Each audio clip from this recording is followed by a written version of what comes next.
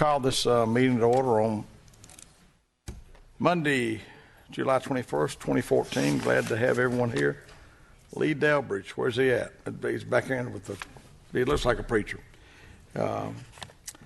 Lee's a pastor of the Smyrna Christian Church at 910 Concord Road. He's here tonight to give our invocation and also lead us in the pledge of the flag. So would everyone please rise? Father in heaven, we thank you for the privilege we have to be here. We thank you for life. We thank you for the privilege we have to be Americans and to experience the freedom that we experience. We ask that you be with these city leaders tonight and give them wisdom, give them courage, help them to do the right thing because it's the right thing to do. We thank you for loving us. Through Jesus we pray. Amen. I pledge allegiance to the flag of the United States of America and to the republic for which it stands, one nation, under God, indivisible, with liberty and justice for all.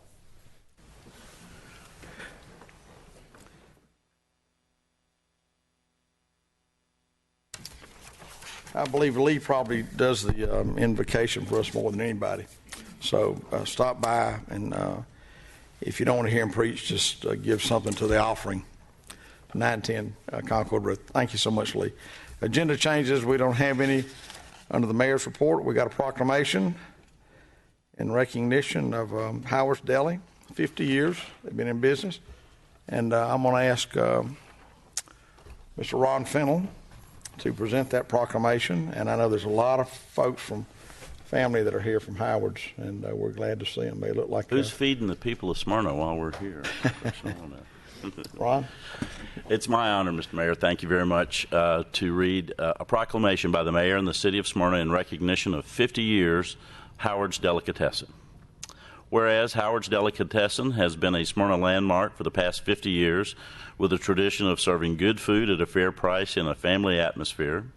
And whereas in 1964, after 18 years of being the club manager for the American Legion Post 160 in Smyrna, Howard Martin opened the Howard's Delicatessen at Pat Mell Center on Pat Mell Road. Howard's idea was to have a restaurant that served good food and alcoholic beverages in a family atmosphere. At the time, there were no restaurants in Smyrna like that, and whereas the restaurant thrived and in 1980 expanded when the adjoining space became available, doubling in size.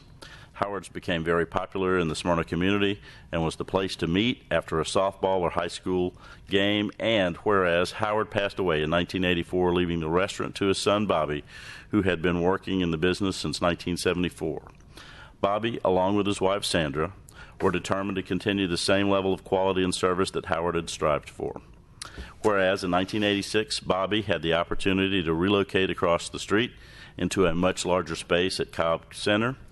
The new space was completely remodeled and continued to grow for the next 5 years. In 1991, when it began to look like Cobb Center was to close, Bobby was able to purchase the former Western Steer property on Concord Road, the current home of Howard's. This property, being larger and closer to the center of Smyrna, was the perfect place for Howard's to continue for the next 23 years. Whereas Howard's business has been a part of many Smyrna residents as they celebrate birthdays, anniversaries, reunions, or just being a place for customers to see and visit with friends and neighbors.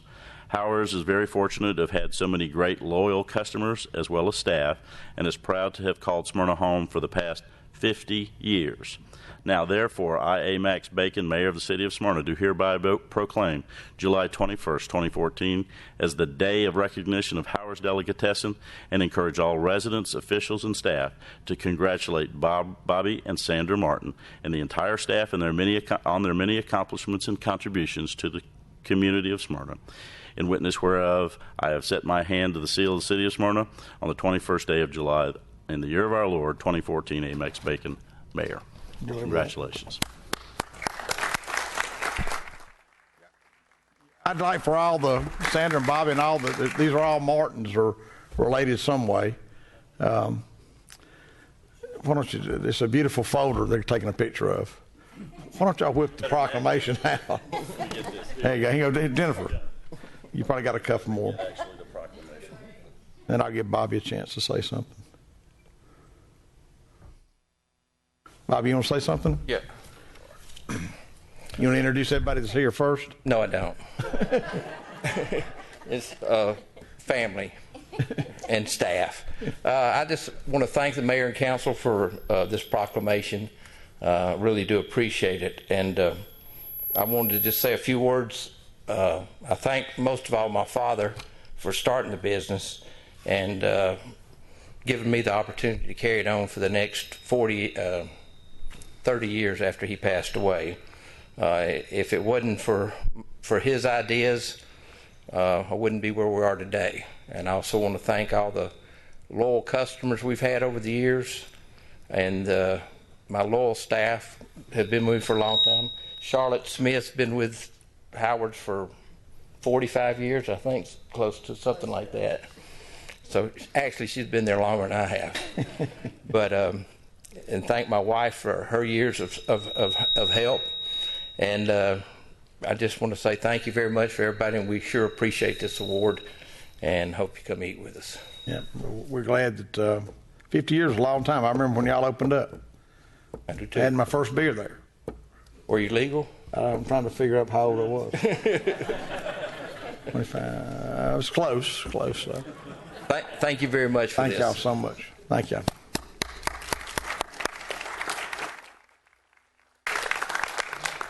I was actually reading the other day some old, I guess, memoirs of Bob Logan. And for those folks that don't know, Howard ran the American Legion in Smyrna right after World War II. And that was about the only place you could get anything to eat and to drink. And after the guys came back from World War II, that's where they had to socialize. And well, I tell you, I mean, Howard Martin did so much for this community and the American Legion. They donated so much and gave that folks don't even, I'd forgotten that they bought uniforms for the Campbell Band, and they put on a fireworks every year. And the Martins have always given so much back to the community. I see Billy and Rex out there. No, I don't see Rex. I see Lynn and Billy and see Ann. So they've always been sort of like family. So y'all want to stay for the whole meeting? I think so. We're going to eat at ours. Well, we'll be over in 3 or 4 hours. Thank y'all very much. Are we excused? Yes. Mr. Mayor, do we need to formally? Thank y'all. Bye, Sherry.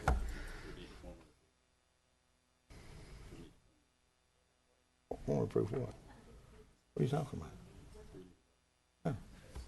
Oh. Okay. Item 4 is land issues, zonings, and annexation. A is 2014-162 public hearing zoning request Z14-016, approval of a special land use permit for the use of a modular classroom building, 8.83 acre tract, land lots 595, 596, 597, 3130 Atlanta Road, Covenant Christian School. Is the applicant here? Okay, good. Mr. Taylor, the background, please. Mr. Mayor, as you mentioned, this is for an approval of a special land use permit for the use of a modular classroom building for Covenant Christian School located at 3130 Atlanta Road. This particular item tonight is a continuance of an existing approval. The City Council has approved this for a 24-month period every 2 years dating back to March 3rd, 2008. The last approval was on July 16th, 2012. So this is Covenant Christian. They are actively looking to raise money for a permanent classroom, and this allows them to serve their students in the meantime. And staff does recommend approval. All right. Now, this is a public hearing. Is anyone here who's in opposition to or that would like to make any public comment concerning the approval of this special land use permit? Okay, if the applicant would come down, let the record show there is none. This is in Mr. Wade Lineker's district. Mr. Lineker. Thank you, Your Honor. I saw Mr. Martin getting ready, I assume, to make a presentation and background on the site. Rusty, are you going to do that? Or Mr. Sudreth, our Director of Community Development? Thank you, Mr. Lineker. Eric has really outlined the request. We've been here before several times. The way our ordinance is designed is that these types of situation, modular school units, are done on a 2-year basis. The rationale for that is that they are temporary, and at some point they are to be removed. In this case, we have a continuation of the fundraising that's needed for another 2 years at least, and so they are in front of you. But I'd like to quickly run through this PowerPoint just to remind the audience as well as the elected officials just exactly what we're talking about. This does show the subject property on Atlanta Road is actually right next door to Bronner Hall. And it is for a reapproval at their 3130 Atlanta Road campus. And as already indicated, it was originally approved in 2008. And we have approved it in 2010 and in 2012. So we are back in front of you tonight at the request of Covenant Christian to extend it for another 2 years. This is the current site plan. The modular building is outlined in red just to remind you of its location on their campus. This is how it looks today. Staff does recommend approval of this, but shall be allowed for a period of 24 months only. And if they need additional time, then they'll have to come back through the process. Happy to answer any questions. And obviously, they have a representative here as well. Any questions for Mr. Sudworth? Thank you, Mr. Sudworth. Mr. Ball, anything you'd like to add as headmaster of the school? Well, a respectful good evening to you, Mayor and Council, but we would certainly appreciate a favorable vote on this. There are plans in place to expand the facility and get that permanent structure. But right now we still need this, we call it the annex or modular building, we still need that for another 2 years. And it really looks good for a modular building. Yes, sir. It really coordinates with the rest of the building, and so I would totally agree with you on that. And I appreciate the way the church has worked with us on this issue and other issues in the school. I've been inside that modular building. It's very nicely kept inside and out, and I think the school has proven to be a nice asset to the community. Do we have any questions by the council? Thank you, sir, for being here this evening. You'll get to go home early, I think. Right, okay. And thank you very much. Okay. I would like to move approval of zoning request Z14-016, which is approval of a special land use permit for the use of a modular classroom building on an 8.83 acre tract in land lots 595, 596, and 597 at 3130 Atlanta Road for Covenant Christian School. I have a motion by Mr. Lincoln, seconded by Ms. Pritchett. Is there any further discussion? All those in favor of the motion, please vote. That's approved 6-0. And for the record, Mr. Corky Welch is he's out of town on business. That's approved 6-0. Item 6B is 2014-164. It's a public hearing. The zoning request Z14-015, modification of currently approved site plan and building elevations, 3.13 acre tract, land lot 519, 562, Hawthorne Avenue, Davis Drive, and St. Charles Avenue, Trayton Homes. Mr. Taylor, the background, please. This particular property, you mentioned it, Hawthorne Avenue, Davis Drive, and St. Charles Avenue, has been before the mayor and council twice before, first on May 1st, 2006, where it was originally rezoned from FC, GC, and LC to RED conditional for development of 28 townhomes at a density of 8.86 units per acre by a vote of 7-0. That particular amendment, the zoning was tied to the development of a specific site plan and building elevations. The property was later approved for a zoning amendment on April 16, 2007 by a vote of 6-0 to modify the building elevations that require four-sided architecture. There were originally 28 townhomes for this location. 10 of the 28 units were constructed and finished prior to the project stalling during the 2008 recession, and the remaining property has been vacant and undeveloped for the last 6 years. So Trayton Homes is coming in and looking to modify that site plan. Community Development recommends approval with stipulations. The applicant here? Okay. This is a public hearing. Is anyone here that's in opposition to or that would like to make any public comment concerning this zoning request? All right, let the record show there is none. This is Ms. Melowich. Yes, as Mr. Taylor mentioned, Hawthorne Gate is not unique in its status of being a development that was begun and then partially completed and then left incomplete for several years during the economic downturn. Now, as we enter the recovery period, it too is being built out again. I'd like to invite staff up and Rusty Martin, Ken Sedgwick up to talk about this project in greater detail. And thank you too, Rusty, for all the work that you've done on this, and we'll get to that in a moment. Yes, and Rusty has done a lot of work on this. I just have the pleasure of dealing with the final product on this. A lot of the information has already been conveyed on this. This is a partially developed site. They want to amend what was previously approved that was a binding site plan. The zoning still stays the same as RAD conditional, and the density is still within the limits that's allowed within medium density, so there's no land use change that's required with this. You have both the zoning map and the future development map shown up there. This is off of Hawthorne. It's just slightly off of Atlanta Road. You will recognize it by the photos that I'll show later, but there's really 5 situations that they have asked for with this amendment. One is to increase it from 28 units to 32 units.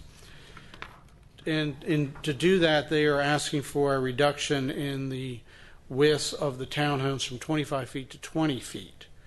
They also would like to modify the elevations to reflect building elevations that they have submitted. And those elevations are very similar to the product that they built across Atlanta Road on Fleming Street that is actually opposite Belmont.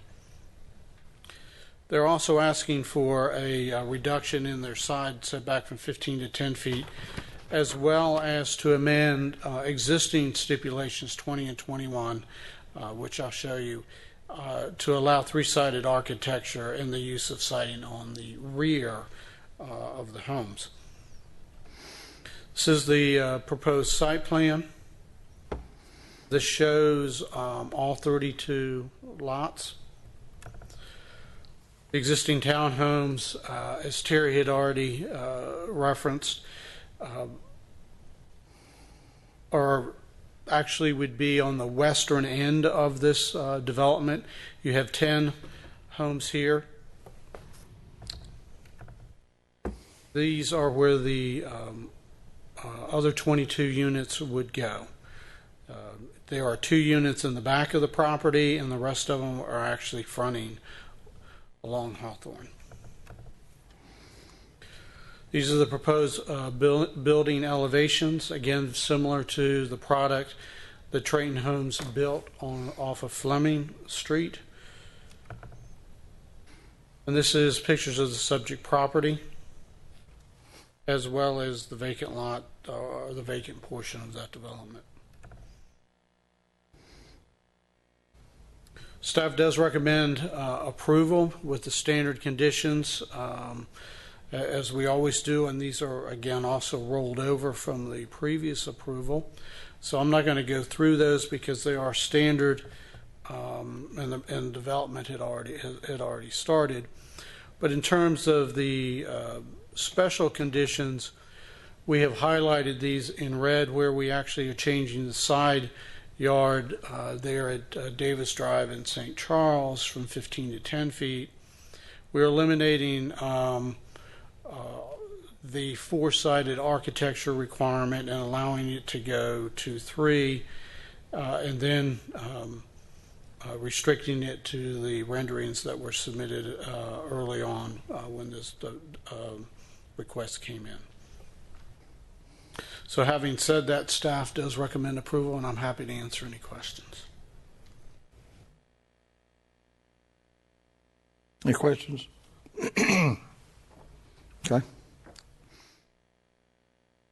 No questions? I can do. I have a couple of comments. I'd like to hear from the young man from Triton. I guess you're from Triton.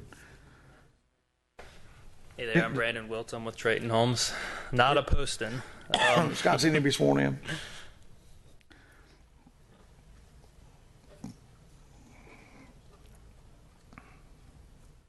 I do.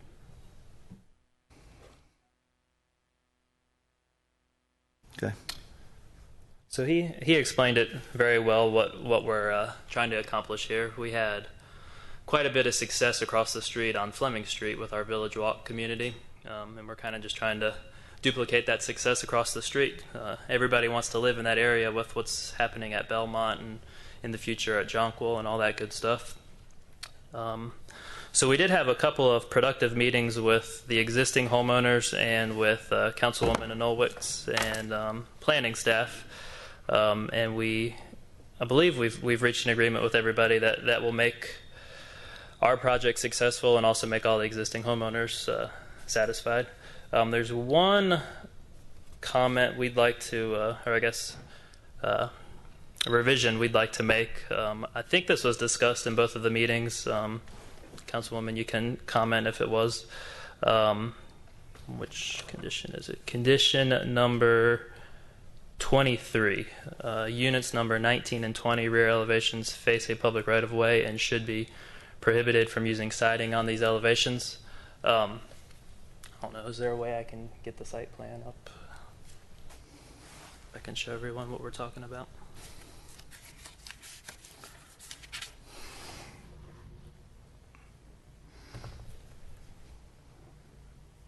Oh, there's no pointer. Yeah, but it's... So 19 and 20 are those two units. There we go. So the two units at the top of the proposed townhomes. So all of our townhomes we're proposing to do hardy plank siding on the rear elevations, except for those two, number 19 and 20. The condition right now is recommending that the rear of those be brick. And we would prefer to just have those match everything else we're building. We think it'll be a lot smoother and cleaner for marketing purposes and whatnot. And the comment that they face a public right-of-way, yes, the rears do face a public right-of-way, but they also face a detention pond that's screened with Leland cypress trees. So those trees are going to grow up pretty big pretty quickly. So I don't know if you'll really see the rears of those units once those trees have grown up some. And I know when we discussed this in the first meeting, I don't think any of the existing homeowners had any issues with that. But yeah, unfortunately, I wasn't at the second meeting, so I don't know. Was that discussed again or no? So it's just on those two lots. Mm-hmm. Okay. I'm sorry, that you're right that was discussed during the first meeting. It was, to my recollection, not discussed during the second meeting, and I think that the consensus at the first meeting was that was something that the current residents were fine with. Whether or not city staff is fine with that is a different conversation. But I'm comfortable with it. You mean with taking it out or just? I'm comfortable with taking it out. Mm-hmm. But Just based on the two meetings, I think it was brought up at the first meeting, but there was no consensus as far as what was going to happen. So we just left it in, and then if there was a discussion about it need to be removed, it could be done at this time.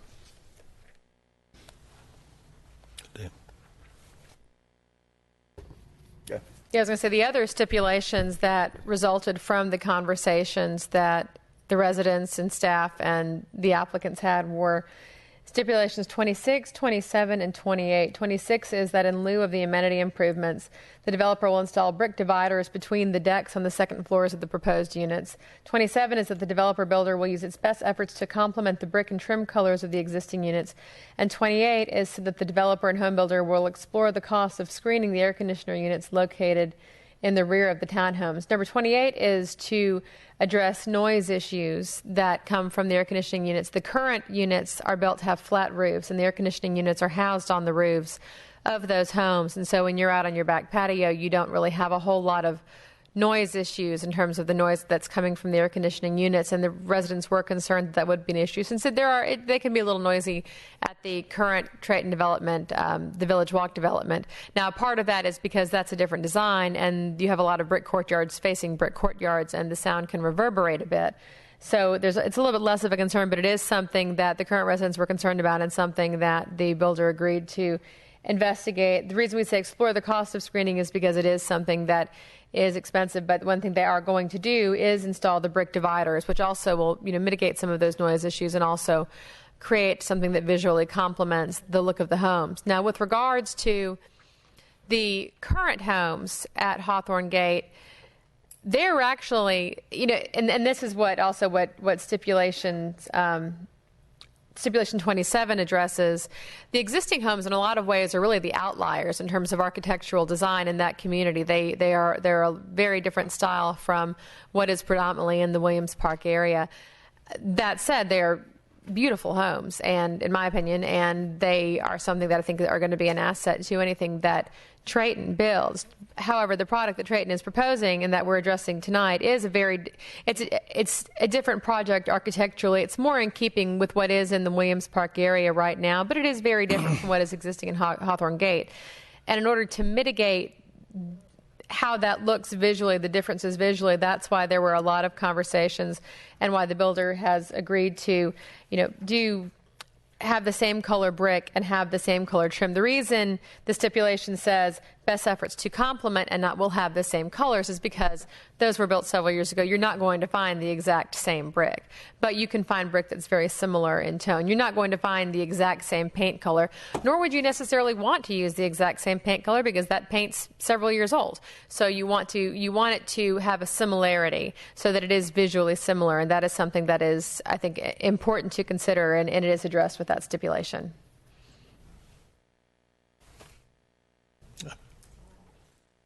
Any other questions?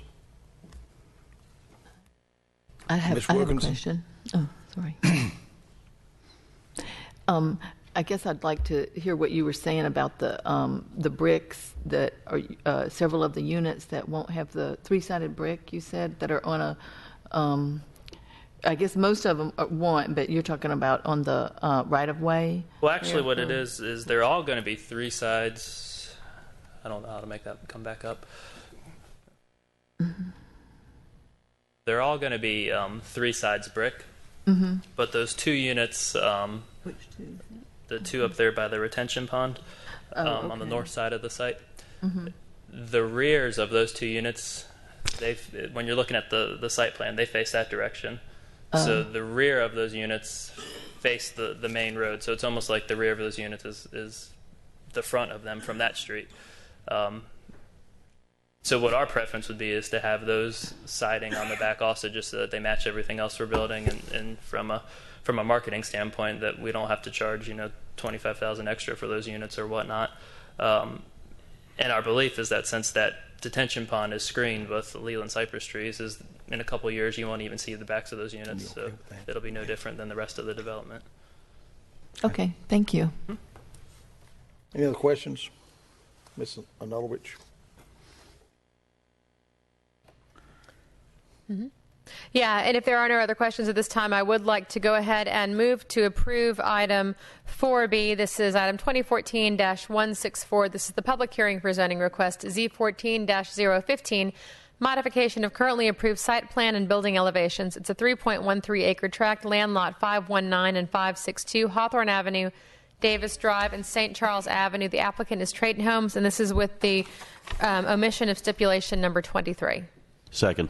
Motion and a second to approve this. Any other discussion?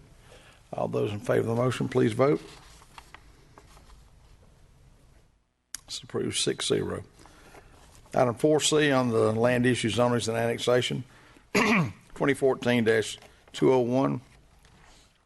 Public hearing approval of the subdivision of the lot at 928 Pat Mail Road into two lots of record, 0.96 acres. Land lot 445, 928 Pat Mail Road, northwest of Metro Atlanta, Habitat for Humanity. The background, I know the applicant's here. The background, Mr. Taylor. Mr. Mayor, Northwest Metro Atlanta Habitat for Humanity is requesting approval to subdivide their property at 928 Pat Mile Road into 2 lots for the construction of 2 new single-family homes. The applicant plans to subdivide the property within the requirements of the R15 zoning district, so no rezoning is required. The subject property is 0.96 acres in size and is zoned R15. The proposed subdivision will result in 2 new lots being 21,001 square feet and 20,723 square feet in size, respectively. This plat approval was heard by Planning and Zoning Board at their July 14, 2014 meeting and was approved 7-0, and staff therefore recommends approval. This is a public hearing. Is anyone here in opposition to or that would like to make any public comment concerning this zoning request? Let the record show there is none. This is Ms. Wilkinson's district. Ms. Wilkinson. Hi, I'd like to call Ken up to explain this development to us, please. Thank you. This is a request by Metro Atlanta Habitat for Humanity. It basically involves just a lot split, which the ordinance requires all lot splits of this type to come in front of council by way of the Planning Commission.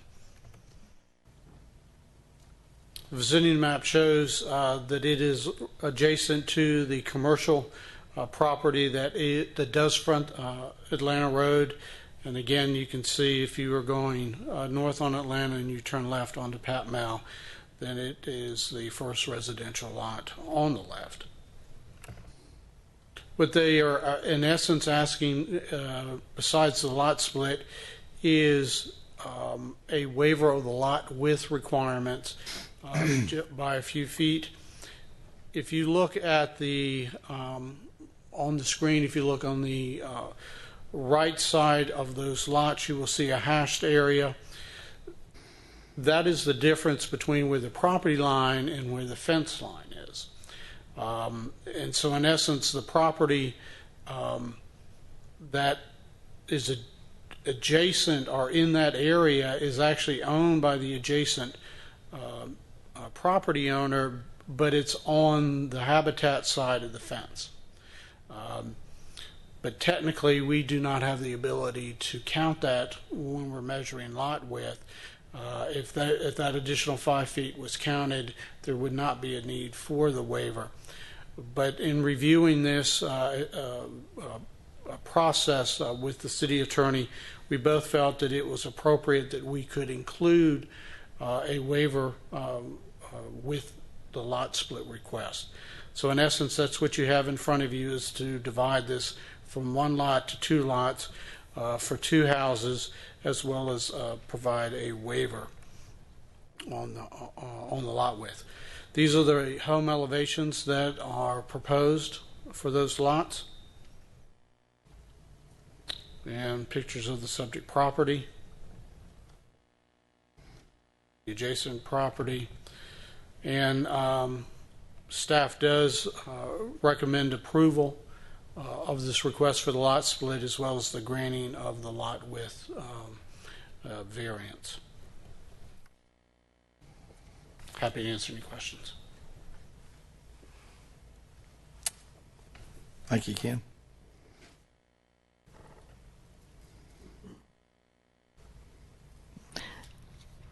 If David McGinnis would like to come up and talk for a few minutes about the project. Swear him in. He's from Habitat for Humanity. Thank you.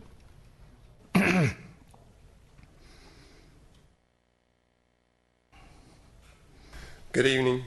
My name is David McGinnis. I'm the president of Northwest Metro Atlanta Habitat. We reside at 1625 Spring Road here in Smyrna. Our intent and our request is to take a piece of property that has been sitting dormant now for a while and place 2 homes on it. We have, as you might well guess, a large waiting list, and our intent is, if we are successful in obtaining the requested requirements, we will move forward and have families in the homes by November. Be glad to answer any questions that you might have. I don't have any. Any other questions? I do have a question. I think when I was looking at these pictures, I don't see the driveway, and I have had some people ask me if it was going to be a shared driveway or each home has their driveway. So if you could explain that, that would be great. There will be separate driveways in each of the residents. Where the homes are located, they will be totally separate. There will not be a shared driveway at all. As a matter of fact, the way it's laid out, they will be on the extreme opposite sides of the location. Okay, thank you.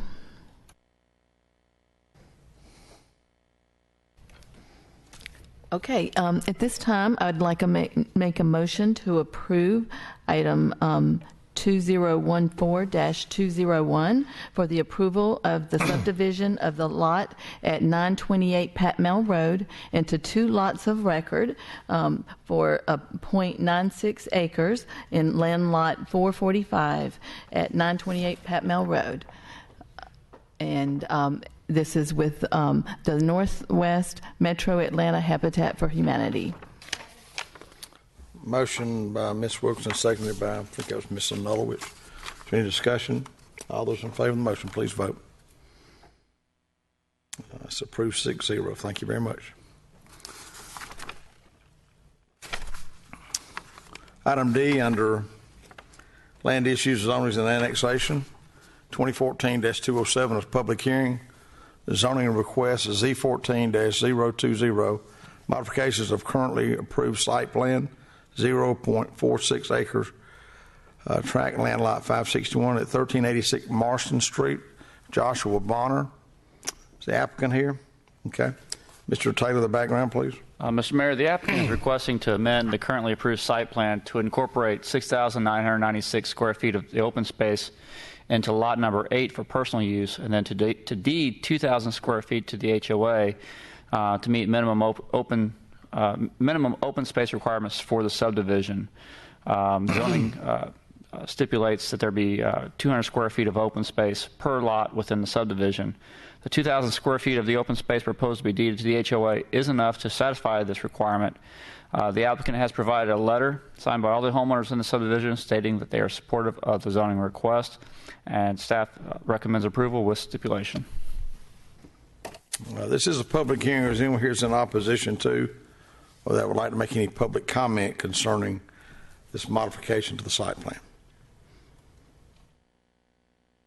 Does that mean you? All right, please step forward. And Joshua Bonner, I guess if you come forward this time, anyone that wants to make any comment, we need to get you sworn in all at one time, so please come forward. Even if you just think you want to make a comment, you don't. Wait a minute, hold it, here comes another guy. And another one. All right, anybody else? I'd like to get everybody sworn in all at one time.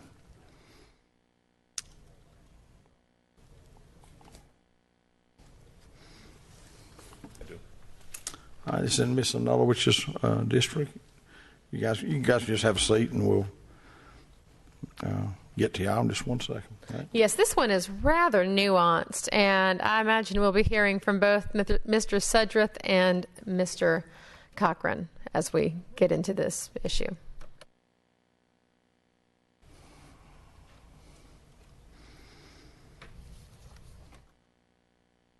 This is definitely unusual, but it is a byproduct of the downturn in the economy and the ultimate coming back of this subdivision. And as a result, the open space that originally was required and where it was located ultimately ended up being sold and not given to the HOA. And so that created an issue when the development came back and it was completed for this Riley's Walk Section 3 for the HOA is how to deal with the open space issue. As a result of that, Scott and I actually met on this and decided there was a way to handle this, but we felt like it needed to come in front of council. But this was beyond an administrative review for us. So what we have is the lot that really is in question is highlighted. And if you look at the lower portion, You can see sort of an L-shaped lot. That was originally intended to be the open space that was never designated to the HOA.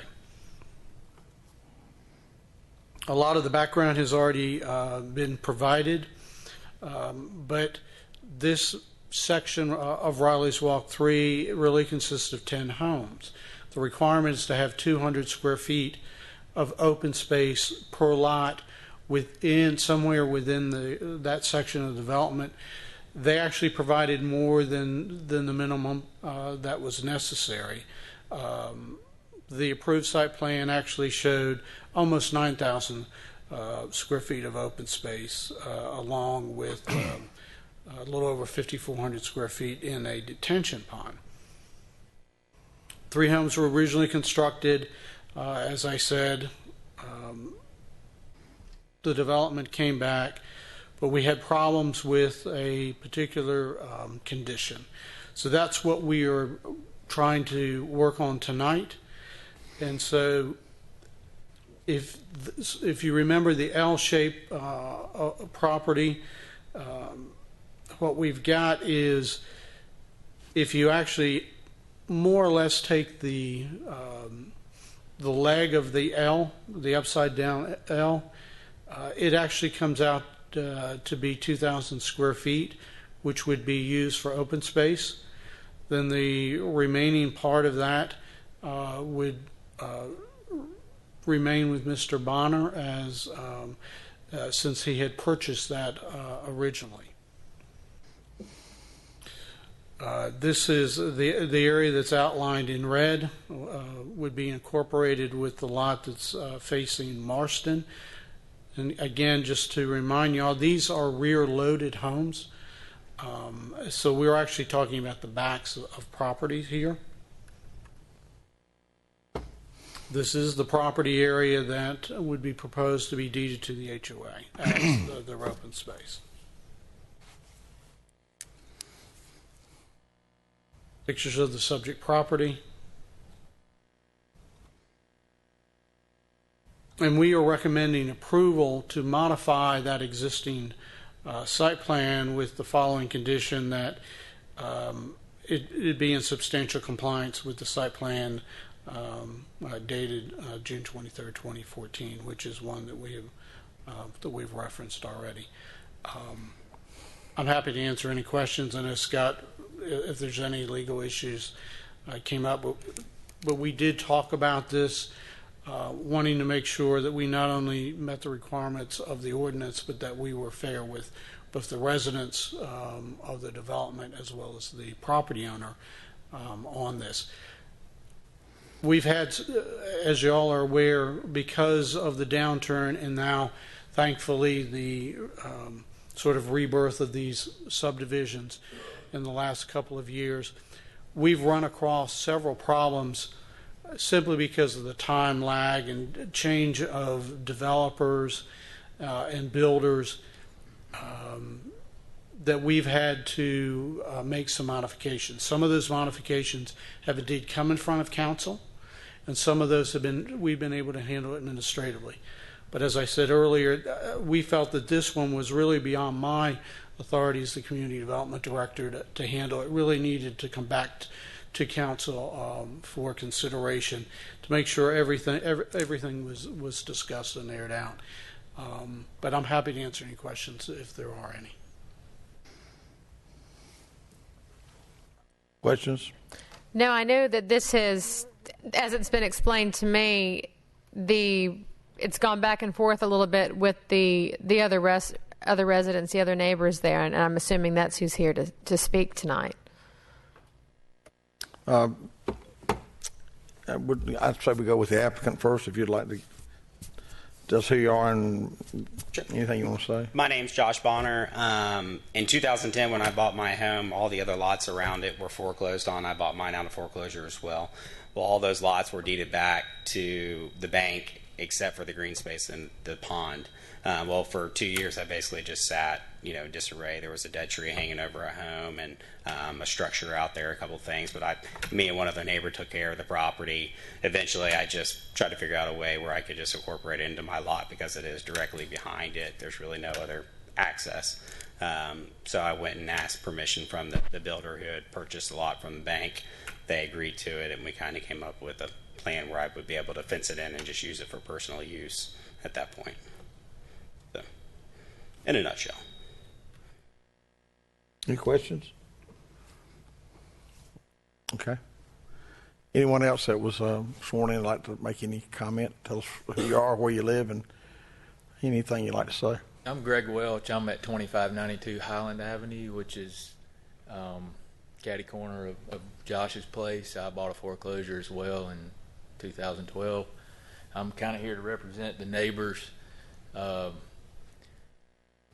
think some of the recent purchases were made under the assumption that was green space to be used for, whatever, for the community, for the 10 homes in there. And there's also some concerns in the Riley's Walk adjacent to Phase 3, which is what we're in. And I don't necessarily think the issue is with who owns the green space or not. I think it's the community doesn't want any structures built back there based on how their property butts up to that what was called green space.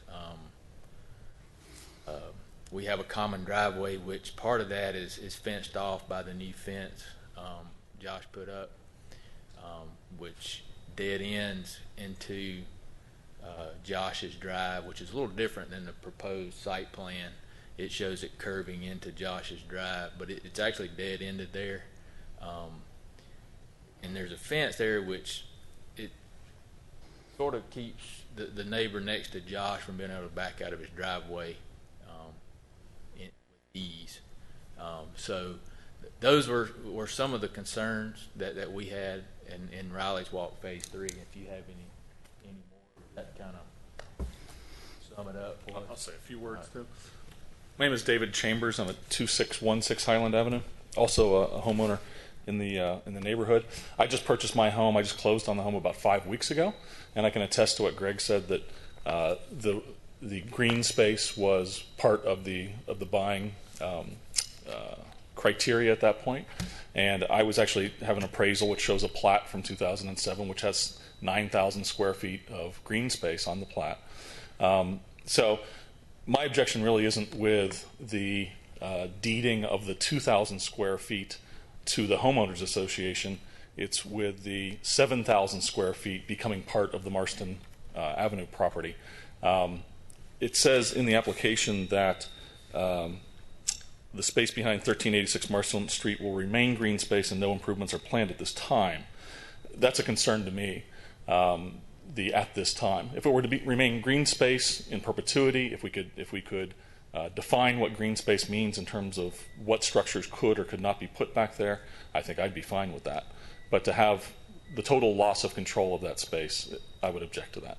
Well, let me make sure. You say that when you purchased your property, you with the assumption that was going to be green space?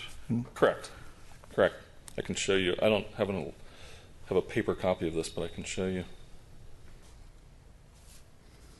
I'd like to see this. Yeah. May I approach? Yeah. It's okay. He looks okay. There's the plat there. Okay, yeah, right there. It shows the entire. Right. That's the L shape, and it's marked as green space there. Right. And this is the property. Okay. But that was based on a plat that was 2007 prior to the neighborhood going bankrupt, correct? That's right. It's dated 2007. Okay. That's prior to the current situation. Okay. Sir, can I ask you a question? Who promised you that was going to be a green space? Was it in your contract, or was it something that the agent said to you, or what? Well, so it was something. It was not promised in any way. It was something that the agent said, and the agent was very familiar, had lived in that neighborhood in adjacent houses, and therefore was very, very familiar with that situation. So it was. I took it on good authority, and then when I saw that 2007 plat, it seemed to back up what I had been told. Okay, thank you. Anyone else that was sworn in? I know that's a sort of a new neighborhood. It's a lot of new families, and I've actually got some friends over there, or used to. But I know it's tough to get up and talk to your neighbor and say, it's good fences sometimes make good neighbors. But anyone else that was sworn in that'd like to make any comment? Okay. All right. I just asked Scott Cochran. Scott, can you add anything? You were sort of brought into this early by Ken. Yeah, this is an unusual situation, and my understanding is the property's been sold already, right? Right, and that's about, I don't know when I can talk next. I was just yeah. So Mr. Bonner is the applicant, but this has happened kind of fast, and the property's been sold to a third party, right? Right, and it was sold about 4 weeks ago, I guess 3 weeks ago, something like that.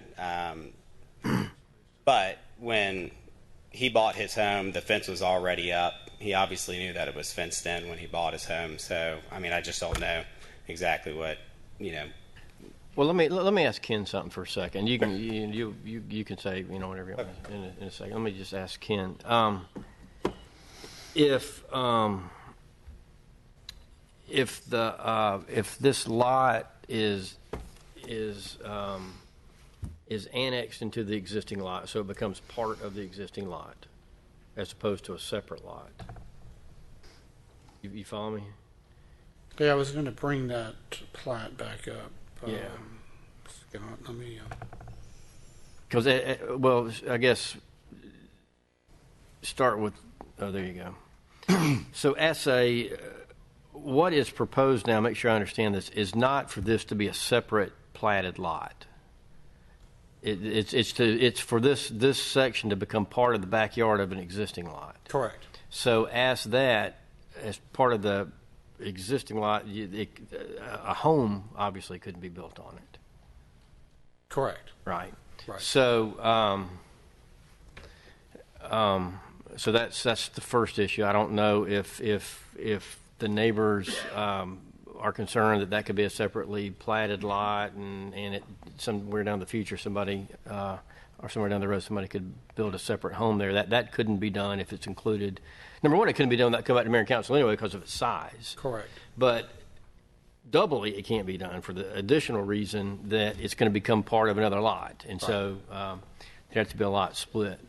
The expectation is if the proposal for the 2,000 square feet or some variation similar to that is decided on, what is left of the property that was originally the open space, that would indeed be combined with the house that faces Marston, thereby creating the one lot. Now, what I'm hearing from the neighbors, and they can correct me if I'm wrong on this, or if I've misunderstood, is that the ownership aspect of the lot is not necessarily their concern. It is they wanted to remain green space and not have another structure or be turned into something else that doesn't reflect green space. And having said that, then if council wants to put a condition on there that basically says it shall remain as open space, green space, shall have no structures of any type in it, something to that sort, you could add that condition, and the neighbors may be okay with that. The issue of the location of the fence, that may be. I'm not sure how that fence relates to this particular proposed site plan. It may have to jog back in a little bit because to get to 2,000 feet, it wasn't just a straight line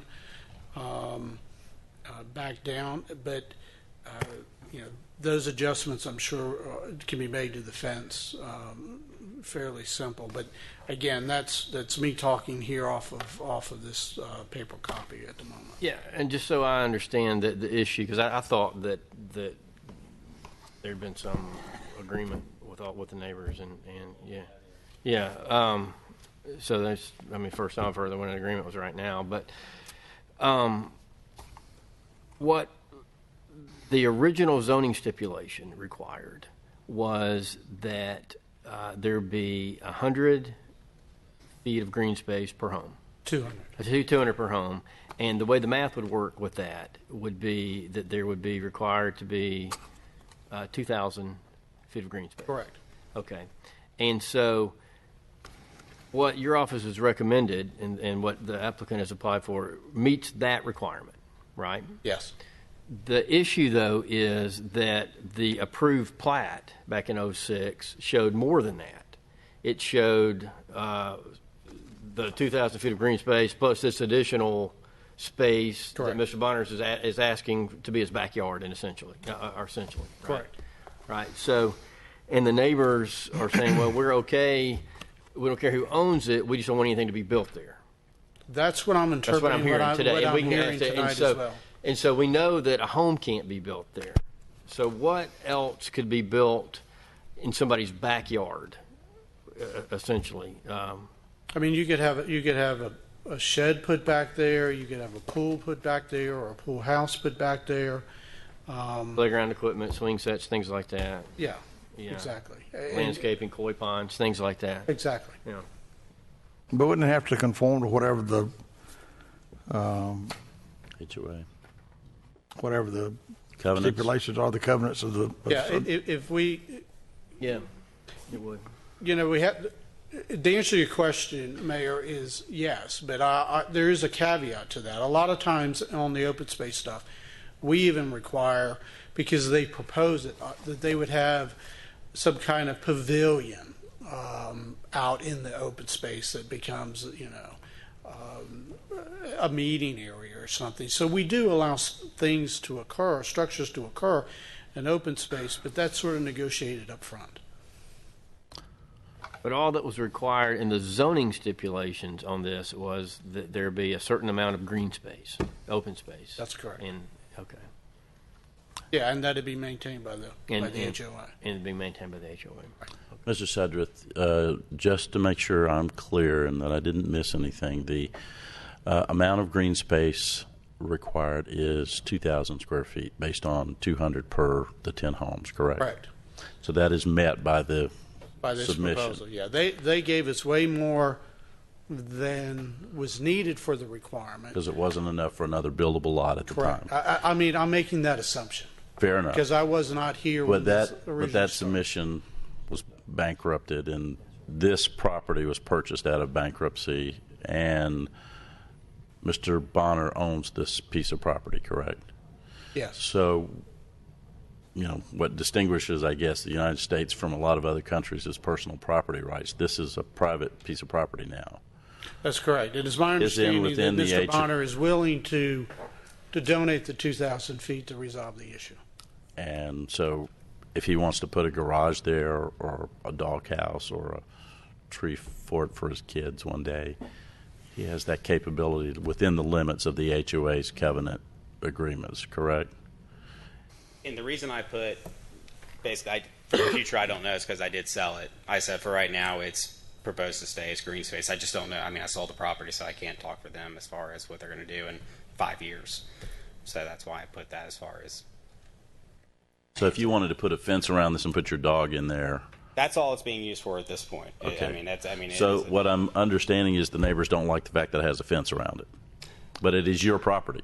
It is my property, and the fence line runs directly up the property line. What he was saying about the driveway, from what I've been told, is actually technically not true, because the driveway, once it hits my property line, it doesn't have anything to access except for my property, because the green space, how it is an L shape, it had access from several areas of the common driveway to be able to access the green space. That basically, if I put a fence there, that would not obstruct them accessing the green space. So the common driveway, no one, I mean, that's my driveway. Once it's my property line, it's Right. my driveway all the way around. Let me just to clarify something. The person who sold you the green space that was meant to be the community HOA green space, did that person have the this is what's murky to me. Did that person have the authority and the ability to legally sell you that piece of property? He owned the deed on it at the time. It was supposed to be deeded over to an HOA, which was never formed. We had attempted to form it several times in 2010. I remember that. But the bank owning 5 of the lots and us owning the other lots, they never wanted to do anything as far as put any money into doing anything. So that lot just stayed vacant. No one paid the taxes on it or anything like that. So, like I said, it was just overgrown. There was a tree that I paid $2,500 to cut down so it wouldn't fall on this lady's house that was rotting. I took a structure off it. I've just cleaned it up. I mean, I spent probably $10,000 or $11,000 total on the property at this point to get it up to where it is. I have a feeling if it looked like it did before, we wouldn't be having this discussion at all, that nobody would want that property. But when I got the property, from what I was told, the deed is fine to, Right. he owned the deed of it. Okay, and this is not, and me saying this is not a reflection on you at all. It's more the fact that the person from whom you bought this property was not interested in spending any money to maintain it, but he was perfectly willing to take your money to purchase it, and I find that to be particularly striking. Well, he was, I guess he was foreclosed on, so they took away everything except for those 2 spaces. It was purchased in a tax sale by somebody else, and I went back and bought it out of that tax sale, had him go back and pay for it. So I went to him with this more than he was trying to get money out of it. I went to him and proposed that I pay, an amount to purchase that. I came up to him with everything. It wasn't really the opposite way. I was just tired of taking care of it and it not being mine. I kind of saw this future thing coming. I saw this kind of coming, that when we did build all these homes, they were going to want to, possibly reap the benefits of what I've done with it. So I just wanted it to become mine legally. And what I'm hearing from the other neighbors, and please correct me if this isn't correct, is that you want basically just to ensure that no structures, and by structures I'm assuming you mean structure period, so anything from a storage shed to a doghouse, not be built on that green space. And that would also preclude like play structures, things like that. Yeah. I think we would be okay with swing sets and that sort of thing. We were mostly worried about pools. We have a ton of drainage issues right now, and obviously that'd have to be approved by the city before they could build a pool. But our common driveway, which we insure as a HOA, has got some issues. We don't want concrete trucks in and out of there, pouring a pool, those sort of things that we're responsible for. Well, and speaking of the common driveway, because that actually brings up a good point, because part of the common driveway is now fenced off. Is that correct? So if the driveway needs to be resurfaced, will just the part of the driveway that's outside of the fence be resurfaced, or how will that work? Yeah, well, it depends on the outcome of today, basically, because we were under the assumption that the common driveway was the piece that dead-ended, and then Josh's was the 90 off that went down to his garage, and that's what we're insuring right now. If that changes, then yes, the homeowner will be responsible for that.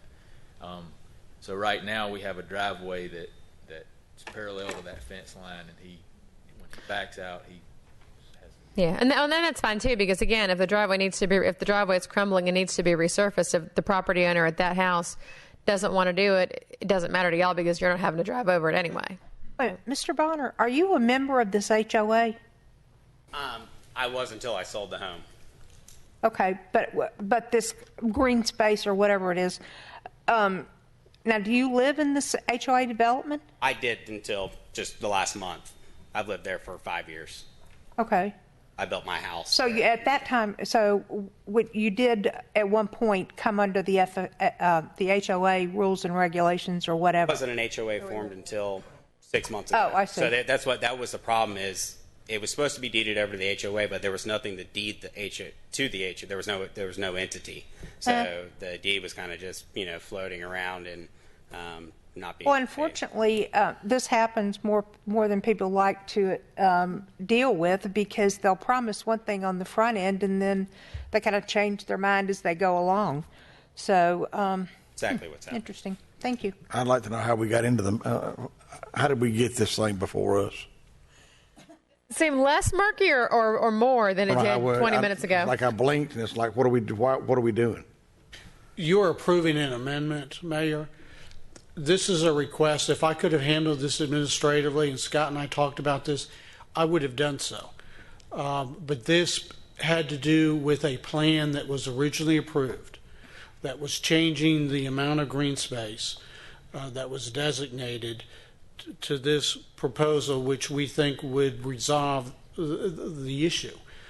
But making this type of change, I felt, and Scott concurred, that it was beyond my authority, and hence needed to come to you guys. So does everybody is your understanding it was supposed to be green space, right? And would you be okay if it was permanently green space? Is that? That's how when I decided to do all this, I've never just wanted to put anything back there. I did it just solely for my kids to be locked in the backyard and have my dogs be able to go out and play. So, like I said, I've moved though, so I just can't talk for them. But if it were my decision, it would remain exactly how it is, and I think their plan is to keep it the same way as well, from what I've been told. Mr. Bonner, you're the current owner of the property. I am not the current owner. No. I sold it 3 weeks ago. So, but when I went, But you're the applicant. Yes. So you sort of have to be the owner to be the applicant, right? Well, he's on the title. The application is. Okay. Oh, yeah. Got there. Okay. I'm there. I think you've thoroughly confused us all. That's good. So, I bet we're going to make somebody mad tonight. Well, I don't understand, Mr. Bonner. If that's the case, then how are you so stipulating that you're perfectly willing to let this green space be green space if you're not the owner? I'm not saying that. I'm saying that if it were mine, I would be fine with that, but I don't own it. That's why I put in the application that. Well, where's the owner? The owner is. They're here as well. But they are on the application. They're just the title holder on the application. The process started. Josh was the owner. Right. I thought this was going to be a nice clean cut. I didn't think it. I just didn't think it was going to be. Yes, I know. Yes. When I kind of got digging into it a little more, I found out that more issues were. Ken, do you have a resolution? Do you have a resolution that we can resolve this? No, I was just saying. I mean, Josh's name is associated with this because when the process started, Josh was the owner of the process. But during the process, he has sold the property. We are fully aware of that, and they are part of the application on that. But Josh is representing that. Now, if there is an issue about, hey, do the new owners have any concerns about having a restriction just being green space? I'm sure we can get them up here and have them out. What is staff's recommendation? What is your department recommending? Staff is recommending the proposed site plan that the 2,000 square feet is outlined on the proposed plan would be sufficient to meet the requirements, and we would support the amendment of the plan to allow the remaining portion to go to the Marston lot. He owns this. Okay, and for those guys that were are y'all opposed to that? Unseparated. You are? Well, I'm sorry. As stated, I wouldn't be opposed to it, but I have asked for further stipulation, just that part going to Marston remain green space. And when you say green space, you mean green space that nothing is built on? And usable by others? Are you talking about undisturbed green space? And who maintains the green space? Well, I think you're willing. I think you're willing for this to be included in the existing lot that Mr. Bonner used to own, and virtually be in addition to his backyard. But what you want to say is that you want the additional requirement that nothing be built on that additional space. So that would make this additional space different than the backyards of everybody else out there. That's true. Right. I would have to ask a question. If there is some formal definition legally of what green space is. It depends. I mean, there can be undisturbed green space. You do it through a stipulation. As a practical matter, I'm not sure what could be built there anyway without a variance, because it's such a small lot. It looks big on this plat, but it's a little tiny lot. It's same size as my lot. It's like 7,000 square feet. No, it's 6,000 and something square feet. 6,996 square feet. But pretty close to. But there's nothing. It's not a separate lot. It's not a separate buildable lot. So does that give you guys any comfort to know that there's not another home that could go there? That does give me some comfort. Yes. Yes. Because virtually what we thought was going to happen here was that this would just be added as additional backyard to the place, and with that, it would be subject to the same rules that everyone else's backyards are subject to. That it's kind of hard to enforce rules where you've got 20 homes and 19 of them have certain requirements for the backyard and one has another. Maybe the thing to do is to get the new property owners and see what their plans are. Do you guys want to? Yeah, this is pretty. If you step forward and tell us who you are, we'll swear you in. And sorry, welcome to Smyrna. Welcome to Smyrna, by the way, sincerely. You're welcome. Ms. Nulowitz, while they're being sworn in, Okay. is it possible to table this to see if the homeowners would like to buy that old lot back for the HOA? Everybody chip in and. Well, let's hear what they have to say first, then we come back to that. How about that? Do. If y'all tell us who y'all are, y'all are obviously the reason why we're here late tonight. So. Sorry. That's okay. My name is Francesca Kohler. This is my husband, Brett Kohler. And I think that to Mr. Fennell's earlier sentiments, that as homeowners in America, we would just prefer to, leverage the same liberties everybody else does. And should we want to do something, follow the right process and rules. We would apply for whatever permits would be required, and we would follow whatever HOA stipulations we have to follow within our community. That's what makes sense to us. And could the HOA even add a covenant using the usual process to say, no swimming pools? Is there an HOA now, though? There is. There is. Okay. Because I'm also uncomfortable with the idea of, either you believe in property rights or you don't. Mm-hmm. You can't, it's not I believe in yours, I believe in yours, I believe in yours. I don't believe in yours quite so much because I'm not sure what you're going to do. Philosophically, I think that's a real dangerous road to tread down. And so I'm not comfortable saying, you can't build anything on that lot. Because, again, there is a process that we go through when someone does want to build something that addresses those kinds of situations. Now, as an HOA, you could, if you wanted to, y'all could all vote that everybody has to have a largemouth bass mailbox. And if y'all vote for that as an HOA, you can do that, and Godspeed with your fish boxes. But so that may be something that you can look into as well. If there's something that you really don't want to see there as an HOA, you can do that.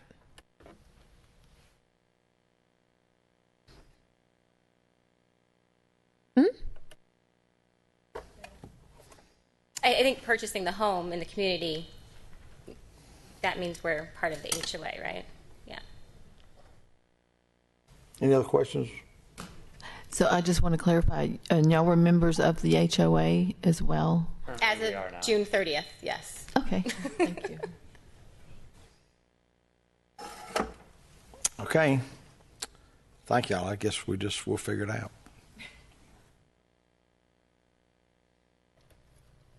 If I can just, I normally don't like bringing this kind of stuff to you, and I really don't like trying to get stuff resolved on the floor. But the way this developed, we really had no choice but to do it this way. One is because, as I already stated, it's beyond my administrative authority.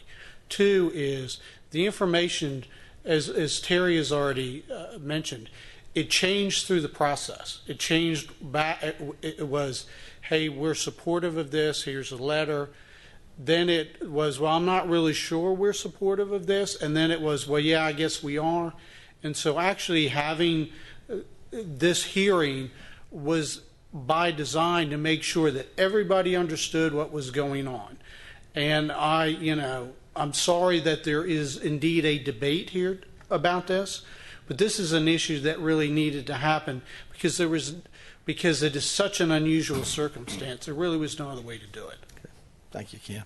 No, and I completely appreciate that, Ken. And it is, and you're right. I mean, it is a murky, evolving situation with years of background, and hopefully it will be resolved tonight. And hopefully the HOA as a community can work together to make sure that everyone's needs are addressed, because I think that is something important. I mean, there is no more bitter dispute besides possibly a divorce and a dispute between neighbors. And it sounds like y'all are all here tonight making a very strong effort to work together as an HOA, and that is the most important thing truly that you can do, because there's no reason to have neighbor against neighbor. Everybody loses in those situations, and that seems like something y'all are all aware of. And it doesn't seem like this is headed in that direction at all. I am personally, like I said before, not comfortable saying, you can't build something, because again, we have a process for that, and y'all as an HOA have a process for that as well. So I don't think that we as a council need to be the ones to determine who can build what on one specific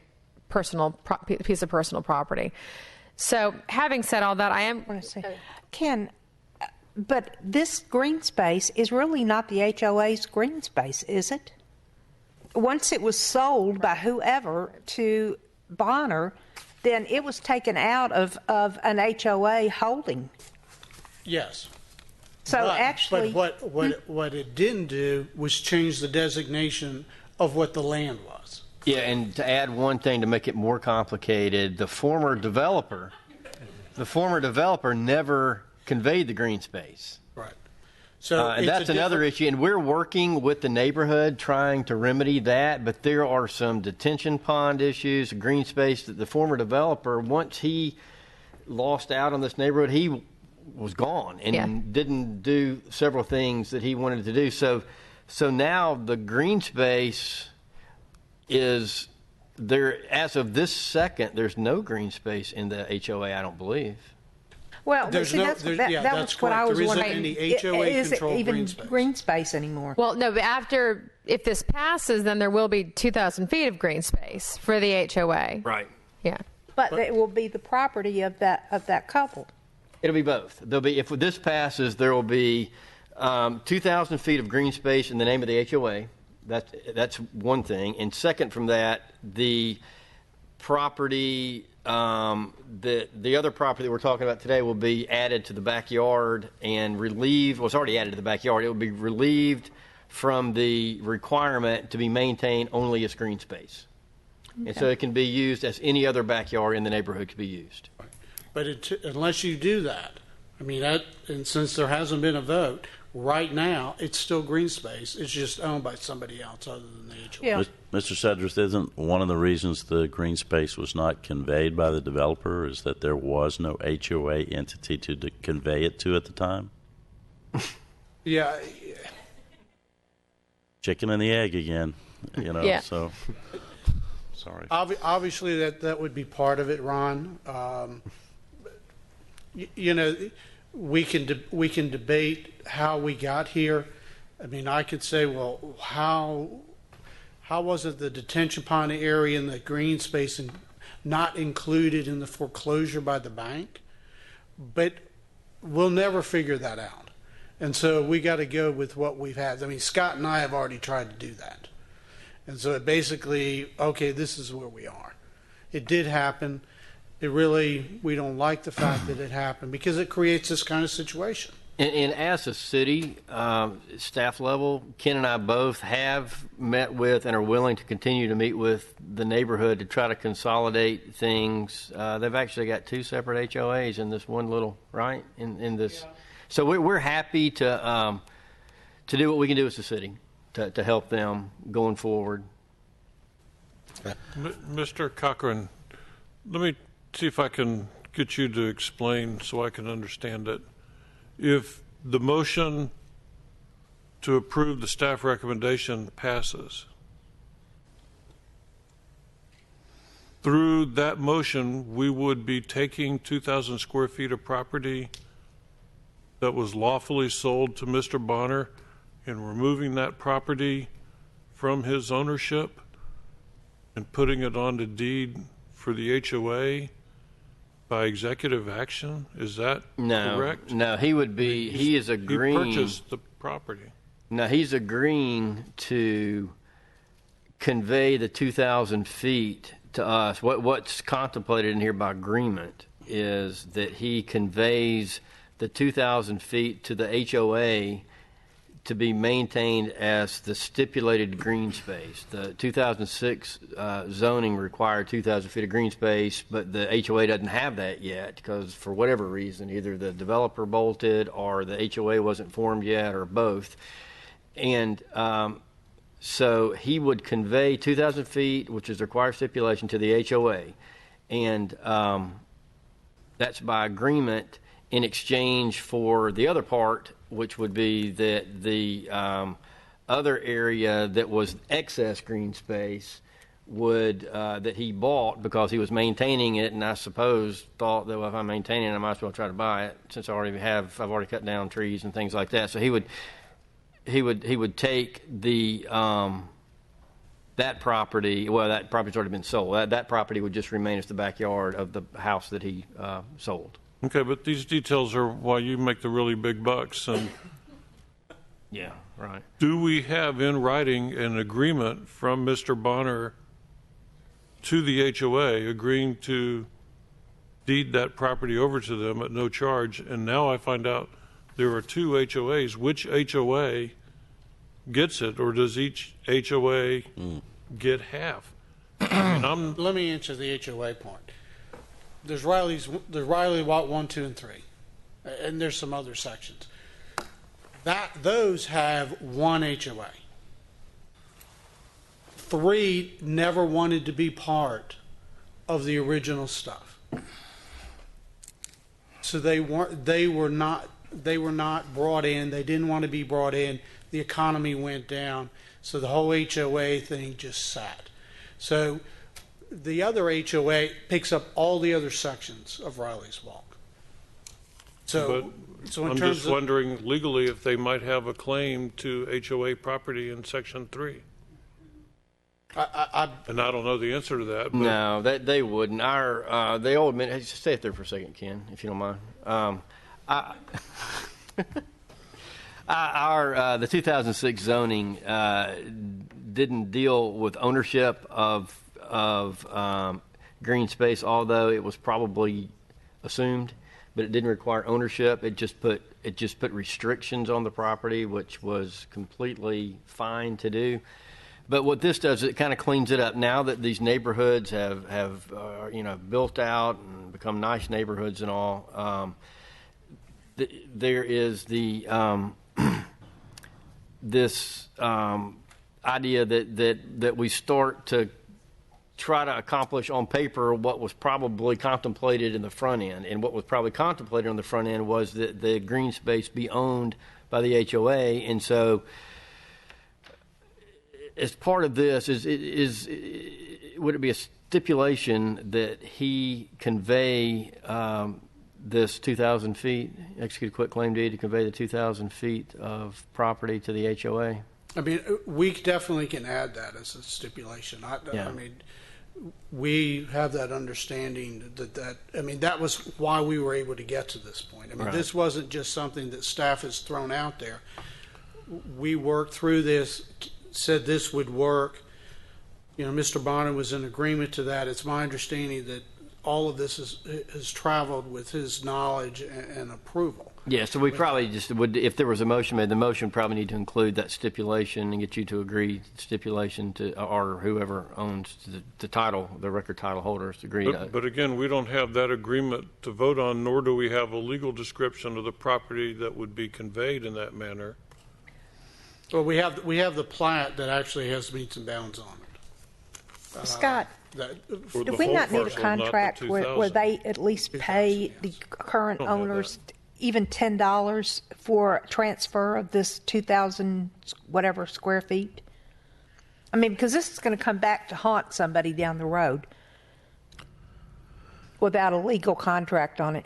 Yeah, well, I mean, they would have, stated consideration in the deed. I mean, what I'd contemplated, and I think you bought this by quitclaim deed and probably conveyed it by quitclaim deed. I would just contemplate another quitclaim deed to say in consideration of $10, another good and valuable consideration, and as a part of the the zoning variance, he conveys or they convey this 2,000 feet of green space. I mean, it's contemplated to be conditional. They've got to have 2,000 feet of green space.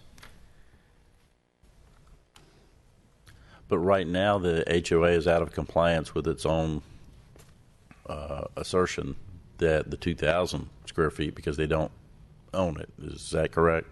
Yes. Well, they're not. Remember, because they weren't listed as. I mean, but they weren't required to be the owner. It was just required to be green space. Okay. And maintained by the HOA. Mr. Sudworth, you're And correct. maintained. We do have something showing 2,000 square feet Carved out. carved out. I think 3 or 4 of us on council have been members of HOA boards, so we appreciate the conundrum some of you find yourselves in. But and I served 4 years on my board as president of my HOA, and it's 955 homes. We have a lot of problems, a lot of challenges, a lot of confusion, a lot of issues. But preeminent in that is my assertion whenever I came on the board, because I had 3 violations in my mailbox of covenants within 6 weeks, which prompted me to go get involved and see what the HOA was doing. And I think there was an overreach on the part of the HOA to assert its authority over the personal property rights of people who had paid money for their valued property. And I understand maintaining a standard. But at this point, I think the fact that the HOA is brand new, you bought into a paradigm, all of you who bought, it sounds like bought opportunistically for the valuation proposition, and I'm glad you did, and I'm glad you're in Smyrna adding to the value, and I know that this will continue to enhance your value to lock this down. But at the same time, if the personal property is owned by an individual in America, they have the opportunity to take full advantage of that opportunity within the restrictions and the covenants that are provided within an HOA. My opinion. Okay. So with all of this said, at this time, I am going to go ahead and move to approve item 6. I'm sorry, I'm on the wrong thing. Item 4, I'm jumping ahead. Item 4D, which is 2014-027. This is the public hearing for zoning request C14-020, modification of currently approved site plan 0.46 acres. It's land lot 561, 1386 Marston Street. The applicant is Joshua Bonner. The owners are also mentioned as the title holders in the application. And unless I'm incorrect, after all this discussion, we're voting on this as set forth by staff. Second. Motion to second. Is there any other discussion? Your Honor, I move to table this item until the next council meeting. All right. Got a motion to second table, which takes precedent over the motion. I think that's right. So we'll vote on the table first. All those in favor of the motion to table, please vote. It's going to mess up our system, but I guess to table. Yeah. Mayor, and I appreciate these folks, and I echo. There's not supposed to be any discussion, is there? If it's table? You can have discussion. Oh, well, when did you change that since last meeting? Oh, on the motion to table. Yes, on the motion to table. Not on the motion, not the original motion. The motion to table trumps. I know, but I didn't think you could have a discussion on when you table something. I think on the motion to table you can. He's new here. Yeah. Okay. Go ahead. Yeah. What do you want to do? I was just going to say, I think the original motion needs to have some additional language added to it to clarify the agreement and the meets and bounds and some other things that we talked about in our discussion. But I'd like to also see if the neighbors can reach some agreement with our staff trying to help them to form a proper HOA to take over the green space, because right now we don't have an HOA to give the green space to, whether it's 2,000 or 9,000 or whatever it is. Nor does there anybody had any discussion with the new owners to see if, for whatever they paid for the property, if the other homeowners would like to buy the property to make it HOA green space for the HOA they plan to form. I think we preclude all those things by acting too quickly. Therefore, my motion to table. All right, we have a motion to table. We got 3 votes for that. Is that correct? Well, 3 people out of 6 have voted.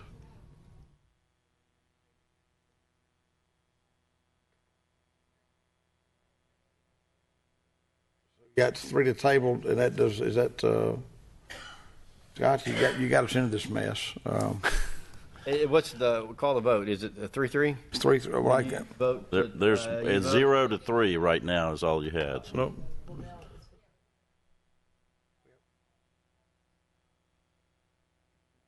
Alive. I was confused. The assertion that Mr. Lineca offered, I was confused because I thought I heard something differently, that there is an HOA in existence that could be the conveyance partner. Am I correct? Okay. All right, we have a motion and a second. We have a motion to table this. Good. I'm going to. We got a motion to table, and I've got a 3-2 vote up here. So somebody, it's 3-3. So Scott, I'm going to break the tie. I want to just move forward with this thing. So if I make the motion not to table, then we go back to the original motion, right? Right. Okay. Then that's what we're going to do. So now we got a motion. Will we get a second? So the motion to table failed. Right. Right. Okay. So the motion, your motion. Now you're going to make a motion to. All right. Did you get a second? Yes. Okay. Got a second from Ron Fennell. Okay. So now let's vote on that. All those in favor of that motion, which is to approve staff's recommendation.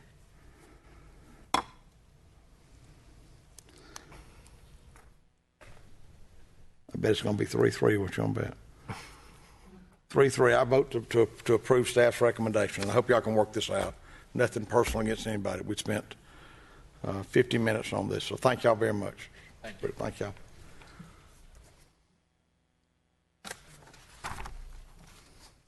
Yes, others, don't you ever bring anything like that back up here. I truly believe Ken when he says he wishes he could have handled that administratively. Thank y'all. Y'all got a great neighborhood, so y'all can work it out. Okay. 5 is privilege licenses. We have none. 6 is formal business. A is 2014-189, a public hearing adoption of the 2014 millage rate of 8.99 mils. Mr. Taylor, the background, please. Mr. Mayor, every year this time of year, the City Council and Mayor and City Council are required to establish the millage rate for the current fiscal year. This year is a little bit of a unique situation. Actually, it's not that unique, considering it's what we had year after year prior to the downturn of the economy, where the proposed rate that was discussed during the budget process of 8.99 mils is higher than the proposed rollback rate, and therefore it sets in course a number of state laws as it relates to hearings and advertisement requirements. One thing I do want to be clear on is that this is not an increase in the millage rate. This is simply because we have an increase in the revenues that we collect from taxes that is purely a product of reassessments that only certain properties in the city will see the increase. We have had 2 out of 3 required public hearings. The first 2 hearings were held last Monday, July the 14th.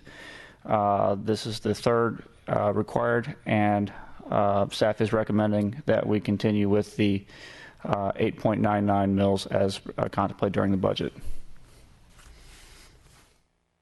This is a public hearing. I'll ask, does anyone have any comments they'd like to make about this millage rate of 8.99 mils?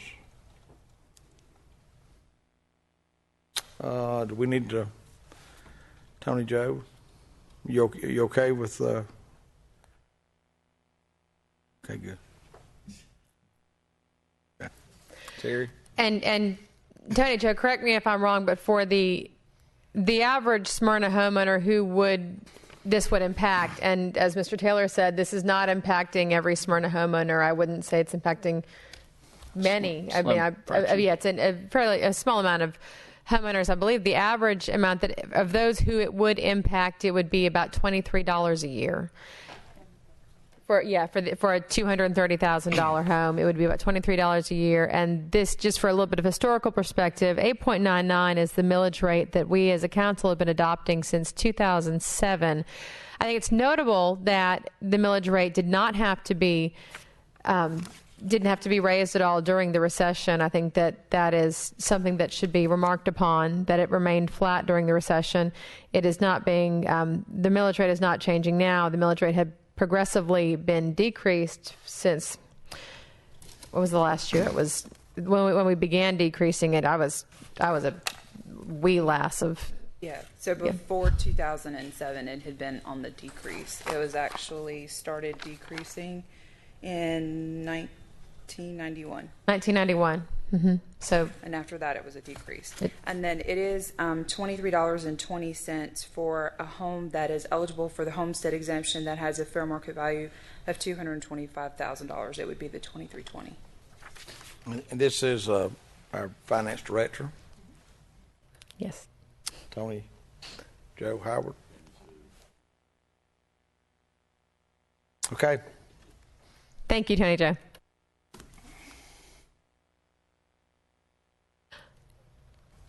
If there is no one here at the public hearing at this time, I would like to go ahead and then move to approve item 6A. We are in 6 now. This is item 2014-189, adoption of the 2014 millage rate of 8.99 mils. Second. Motion is second to adopt the millage rate of 8.99. Mr. Mayor, I have a real quick comment.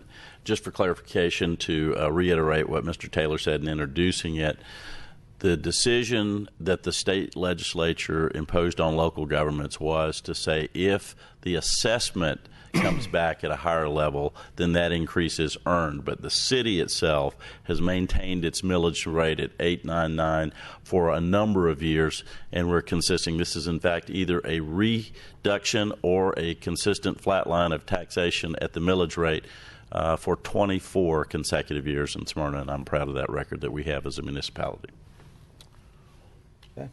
Is there something I could add real quick, too? It's just this has no impact at all on the floating homestead exemption. Right. Yeah. Good point.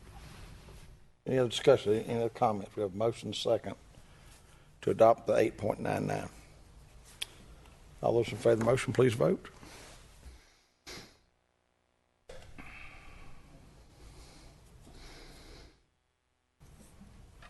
That's approved 4-2 with Ms. Wilkinson and Mr. Lenico opposing.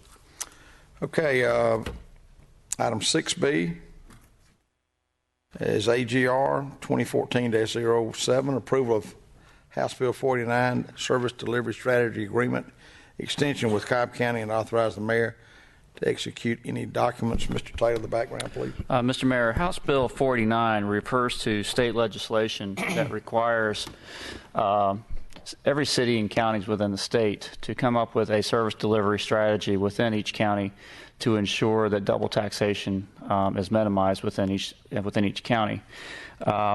In Cobb County, we are on our second. We just finished our first 10-year agreement with House Bill 49. This particular legislation has to be renewed every 10 years, and the previous one had $25 million being split among the 6 cities of Cobb County, depending upon their percentage of each year's tax digest.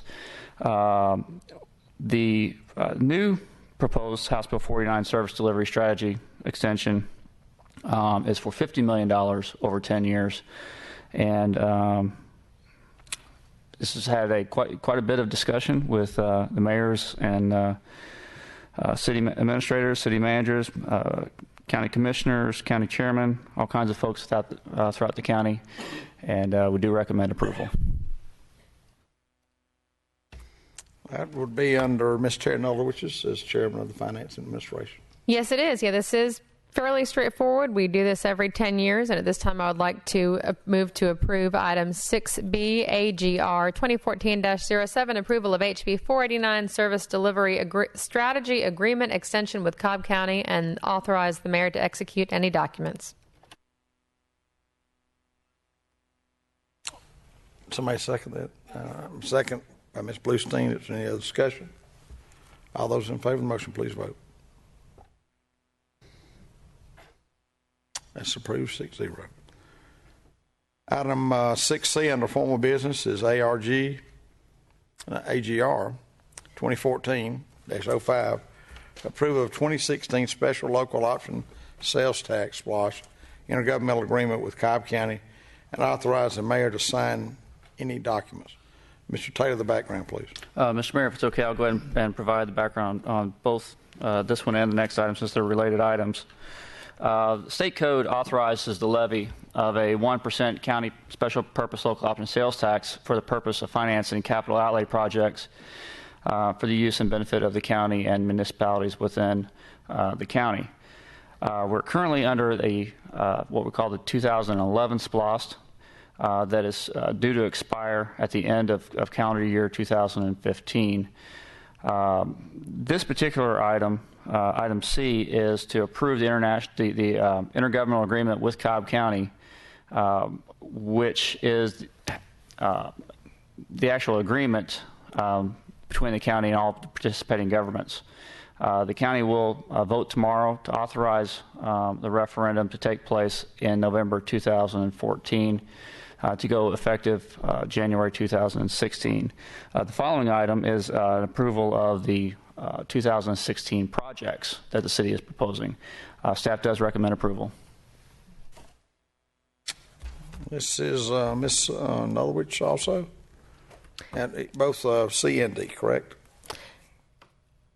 Should I move for C and D? Yeah, but this is both C and D. Yeah, I'll do C first, though. Yeah, I would like to make a motion to approve item 6C, AGR 2014-05, approval of the 2016 special local option sales tax, the SPLOST intergovernmental agreement with Cobb County, and authorize the mayor to sign any documents. A motion and a second to approve this SPLOST intergovernmental agreement with Cobb County. Any other discussion? One question, Mr. Mayor. I have an item that I'm going to add to the list. Mr. Cochran, do I need to add the Exhibit A to this request as well? Sorry, you do that on item D. Just want to be sure. Thank you. All right, it's item C. Did we get a motion and a second on that? All right. All those in favor of the motion, please vote. It's approved 6-0. Item D, approval of the 2016 SPLOST project list.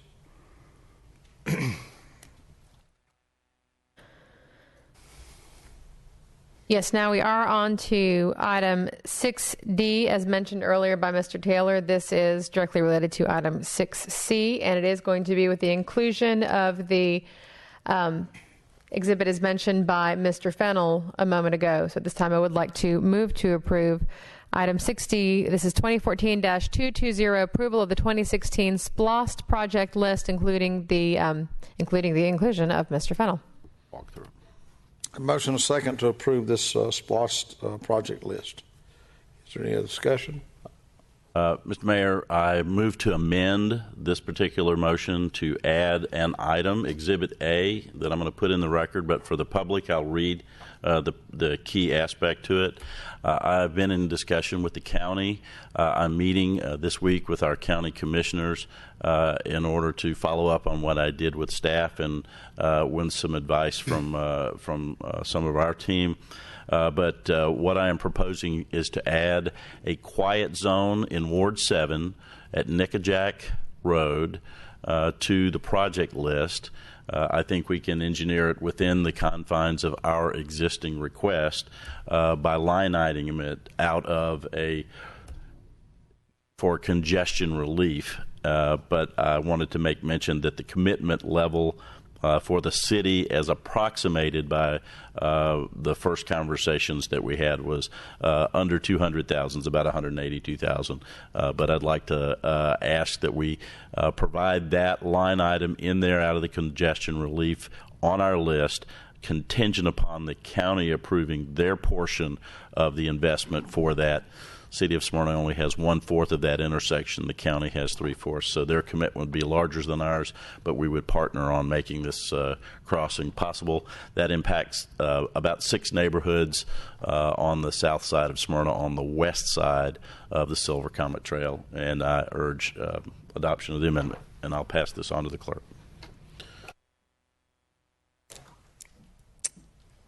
All right, so let's see it. We got an amendment we need to vote on first. I guess. Did we get a second on the amendment? Yes. Who seconded it? All right, all those in favor of the amendment?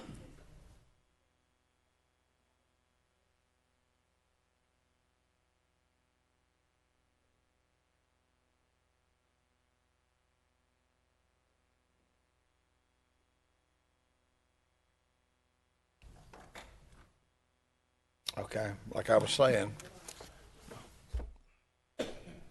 we're voting on the amendment to SPLOST list first.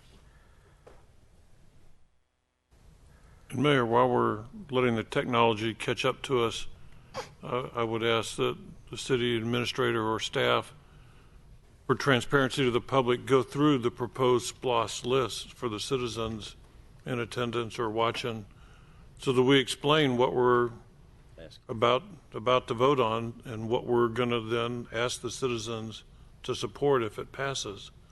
They need to understand what the project list is and why we think these projects are a good idea. We owe them an explanation. Yeah, you can't, just for the record, we did have a public hearing last. It's okay. We can go ahead. There's nothing. We got public input, so read it off, Eric. While we're okay. What is it? Well, we can't vote yet because it's not.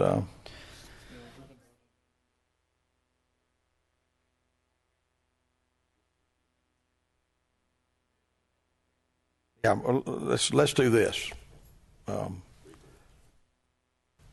way I understand it, since I'm sort of chairing the meeting, is we're waiting to get this technology set up so we can vote on the amendment. No, it's not ready. Okay, all those in favor vote for the amendment. I hope it's 3-3 because I'd vote against it. All right, that's 5-1. Yeah. Miss Wilkinson votes against the SPLOST list, the amendment. All right, now we'll vote for the SPLOST list itself. Is that correct?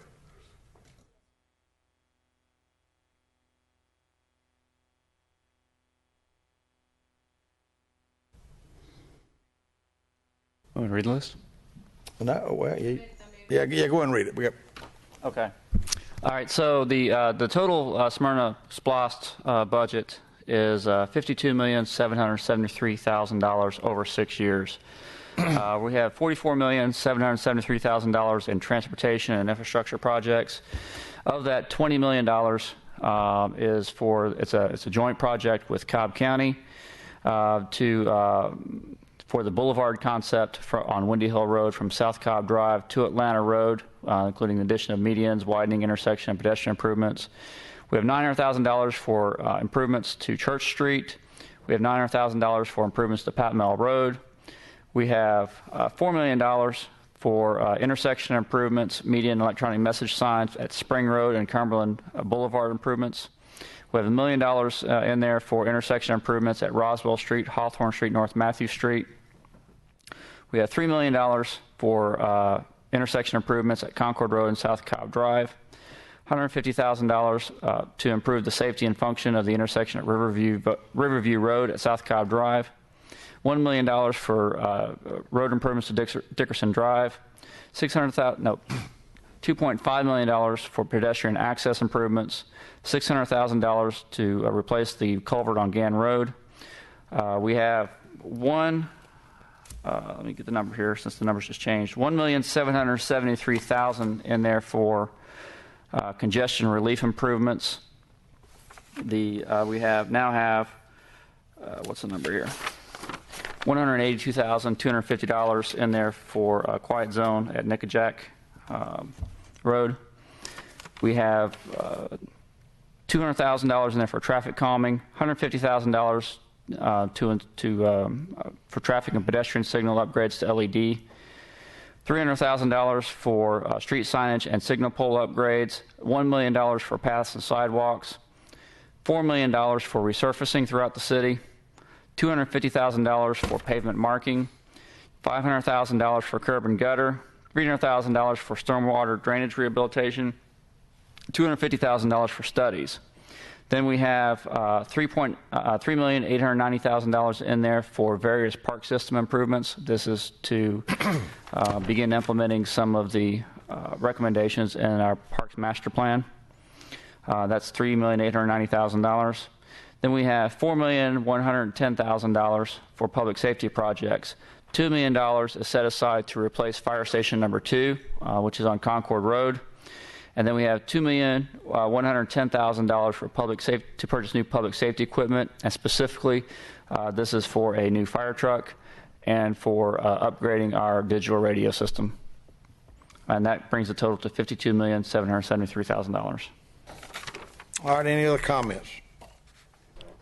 Your Honor, I'd just like to say for the citizens, the last time we put forward a SPLOST list, I did not support it. I do support this one. I think the most important and significant project on this list are the Windy Hill Road improvements. And that is going to be shared, I think, 50-50 with the county. When the Macklin Road connector was built and connected to Windy Hill Road, we gained a whole lot of traffic without any traffic relief. This is the beginning of a joint effort between the city and the county to deal with that traffic and to manage it. I also think, and there's a later item on our agenda about coming up with an enterprise zone in the north part of Smyrna designed to spur and encourage economic redevelopment of that area. Improving Windy Hill Road will, I believe, in my opinion, assist in the economic redevelopment of that area. It will also support the economic redevelopment of Belmont Hills Shopping Center, the basic, utility construction, which is underway now, soon to go vertical with housing and commercial buildings on the site. We need the traffic in the northern part of Smyrna to be able to go through Smyrna without bogging down, such that no one wants to go there, no one wants to build there, no one wants to shop there, no one wants to dine there. If we manage our traffic and control it and deal with it, we'll be way ahead of the game, and also encourage economic development. That provides jobs, that provides a higher tax base, that provides more revenue, which again I hope we can lower the millage rate further based on increasing revenues. I think there's a whole lot of positives. There's a lot of other good things on that SPLOST list. But the most important thing, and I say this, the Windy Hill Road is located not in Ward 6 that I represent, but as a city councilman, it's important to me to represent the city, not just my ward, not just the Ward 6 citizens who elect me. And I think that project on Windy Hill is critical to the future of this city. So therefore, I am going to support this list, and I'm going to encourage citizens to go out and vote for it if the county does, in fact, put it on the November ballot. Thank you, Your Honor. Any other comments? Mr. Fenton. I also wanted to echo the sentiments. There are a lot of great projects in this proposal and on the county's list that are worthy of us as citizens supporting. The unique thing about us earning a AAA bond rating is not one thing. It is several things. And one of the aspects that makes Smyrna and Cobb County unique is that when we have seminal projects like this that are major transportation-related projects or public safety projects or park projects, we pay as we go rather than find a way to borrow the money like a lot of municipalities do. We do borrow money from time to time, and we do so at very competitive rates because of our bond rating. But when we have projects of this nature that we can fund on a pay-as-you-go, with a special purpose local option sales tax. We have done so very successfully, and I'm proud of that. And I'm over the months between now and November, if the county puts it on the ballot, I'm going to urge the citizens of Smyrna to support the projects that are contained in this list. Thank you, Mr. Mayor. Anyone else? All those in favor of the motion, please vote.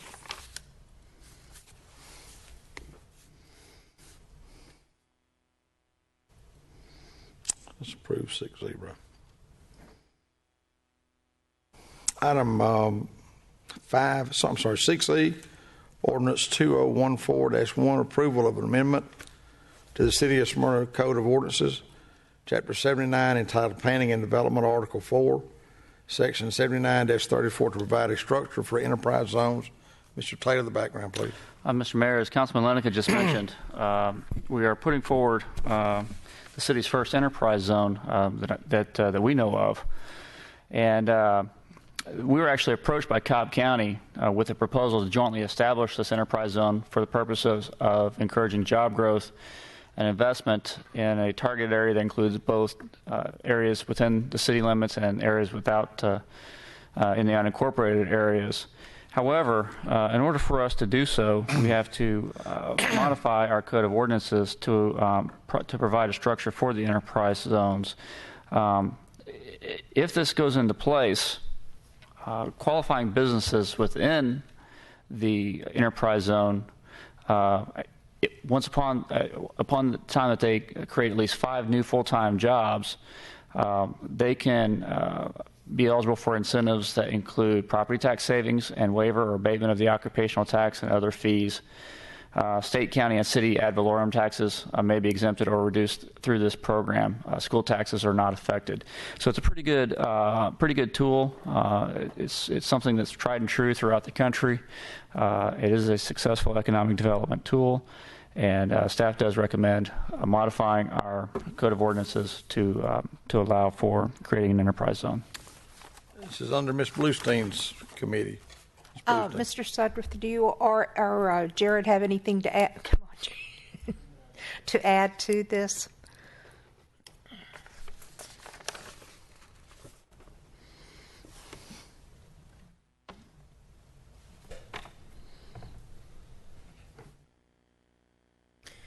Mr. Taylor pretty well explained it. I would like to run through this brief presentation just as public information on the program.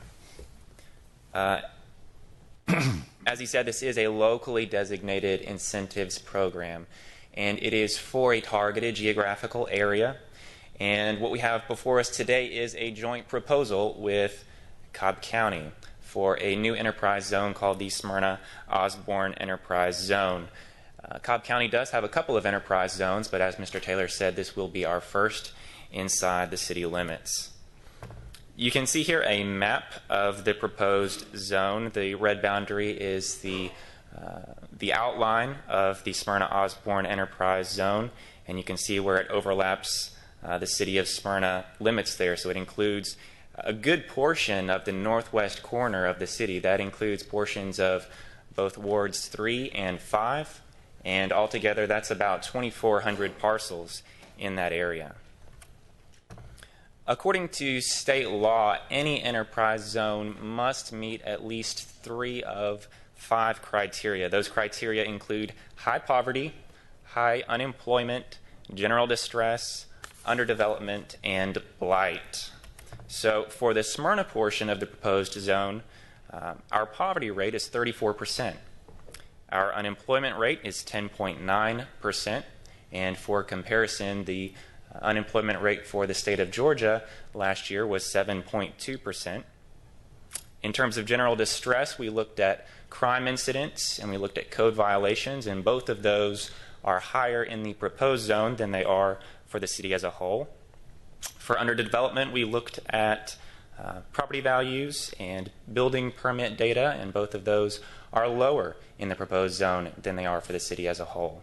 So we are claiming these first 4 criteria to justify the establishment of this enterprise zone. We are not claiming the 5th criterion, which is blight. Since we already meet 4 of the 5 criteria and we only need 3, we are not going to be labeling this entire area as blighted. There are two types of available property, or two types of available incentives. One of those is property tax incentives. State, county, and city taxes may be exempted. School taxes are unaffected. The other group of incentives are local fee waivers. Those in Smyrna can include things like our occupational tax and building permit fees. There are also two types of eligible applicants. One group is qualifying business or service enterprises, which create at least 5 new jobs. And you can see there on the slide the list of eligible industries. Again, that is set by state statute. And the other group of applicants is development projects. This can include new construction or redevelopment or rehabilitation of existing properties. The threshold is that the capital investment must be at least 5 times the value of the land. And this can be for any type of property, for residential, commercial, or industrial. And just looking at these types of eligible applicants, you can see the goals of the program here are to support small business growth and to encourage new investment in this targeted area of the city. The review process will be pretty straightforward. There will be a formal application, and following that application, the Smyrna City Council will have an opportunity to review it and make a decision about whether or not incentives will be offered. If the council does go forward with incentives, the applicant will also be able to approach Cobb County about incentives. I want to be clear, there is no guarantee in this program that an applicant will receive incentives. Each application will be reviewed by the City Council, and a decision on incentives will be made on a case-by-case basis. At the end of the process, there will be an incentives agreement that is signed. That will include an annual reporting requirement with clawback provisions if necessary. So tonight we are asking for 2 actions by the City Council. The first is to approve a code amendment adding an enterprise zone section to our Code of Ordinances. Again, this is our first one for the City of Smyrna, so we need that amendment. And the second item is to adopt the joint resolution actually establishing the Smyrna Osborne Enterprise Zone. And the Cobb Board of Commissioners did vote to approve that last month. All right, anybody have any questions? Good job. Thank you, Jared. Okay, if there are no questions, then at this time I would like to make a motion to approve 6E, which is Ordinance 2014-11, the approval of an amendment to the City of Smyrna Code of Ordinances, Chapter 79, entitled Planning and Development, Article 4, Section 79-334, to provide a structure for enterprise zones. Second. Oh. Motion and second by Mrs. Norwich. Any discussion? All those in favor of the motion, please vote. It's approved 6-0. Item 6F, Resolution 2014-11, adoption of Resolution 2014-11, establish the Smyrna. Oh, we just did that, didn't we? Sorry. Oh, yes, separate. Okay.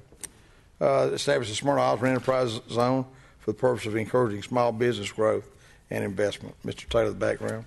Mr. Mayor, now that we have the structure in place in our Code of Ordinances, we would like to now move forward with establishing our first enterprise zone in the city of Smyrna. This particular zone is known as the Smyrna Osborne Enterprise Zone, and includes 2,409 parcels totaling approximately 2 square miles in wards 3 and 5.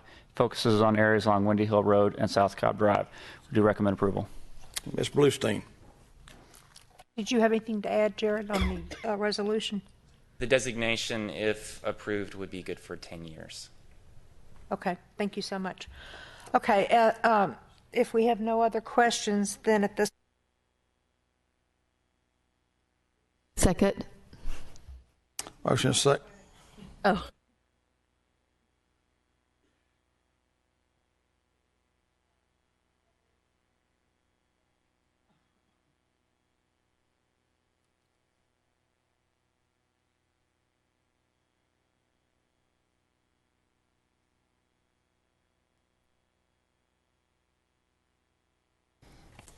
Got a motion and a second by Ms. Wilkerson.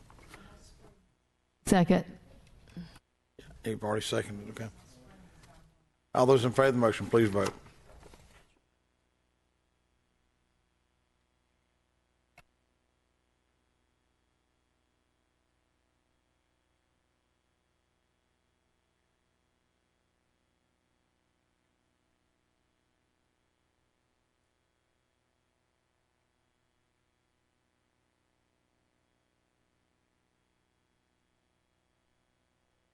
It's approved 6-0. Item 6G, Resolution 2014-12, adoption of a resolution authorizing intergovernmental economic development contract between the City of Smyrna and the Downtown Smyrna Development Authority and bond placement agreement with Raymond James and Associates. Mr. Taylor, the background, please. Mr. Mayor, this resolution and bond placement agreement is connected with the redevelopment of the Old Hickory Lakes apartment complex. The proposal is to develop the complex into a single-family detached residential subdivision with 194 homes with an average value in excess of $300,000 per unit, producing a value of the total site of approximately $58 million. The Downtown Development Authority is under contract to sell the property to Smyrna Residential LLC for $14,150,000. And pursuant to this agreement between the DDA and the developer, the DDA will provide certain infrastructure improvements for the development. This agreement supports the DDA in this regard, and we do recommend approval.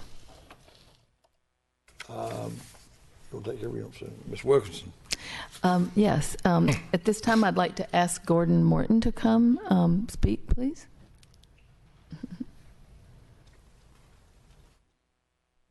Good evening, all. I'm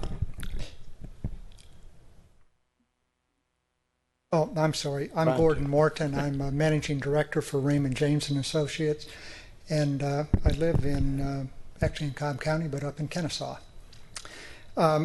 This project, when this land was acquired by the city and the units torn down, it was put on the market there was a committee created by the city to. There's a committee created by the city to determine what to do with the project, and they hired a realtor and they took proposals, and the best proposal was submitted by Southeastern Capital to put a residential development on it. As you know, the then existing apartments was about 15.6 units to the acre. This will bring the density down to around 4 units per acre. The acquisition of the property by Southeastern Capital is expected somewhere around September the 9th. When that acquisition occurs, they will make a deposit on an installment sale agreement of $8,150,000. That $8,150,000 will be immediately applied to redemption of the Series 2010 bonds that were issued through the DDA with a similar intergovernmental contract to this one that's proposed to acquire the property and demolish it, or demolish the units that were on it. So this $8,150,000 will be used to redeem $8,150,000 of the 2010 bonds. This intergovernmental contract and the associated financing will provide for up to $6 million worth of financing for the infrastructure for this development. So we're essentially reducing $8,150,000 worth of bonds, adding about $6 million worth of bonds, but the new bonds will be at an interest rate about 60% of the interest rate on the existing bonds, so there'll be a reduction in cost. As a result of this infrastructure and as part of the purchase and sale agreement, Southeastern Capital will purchase lots that are build ready. By build ready, I mean graded to be able to construct the houses on, and they have a mandatory purchase contract to purchase lots on a not later than takedown basis. The proceeds from the sale of those lots will be used to redeem the rest of the 2010 bonds, which should occur in 2018. This up to $6 million worth of bonds for infrastructure will be paid off in 2027, and all of the annual debt service, beginning with the annual debt service on the existing 2010 bonds for 2015, will be less than what it is today. And by 2008, it will have been reduced to from $1,376,000 down to less than $900,000 a year. So it's a positive. Everything about this transaction is better than where we are today, which is an empty piece of property on which we are paying, or the city is paying the debt service on the 2010 bonds. Southeastern Capital has proposed some very nice, from the renderings, I think all the council is very happy with the appearance of the development. Houses, everything should be complete by 2018 and the last of the houses sold.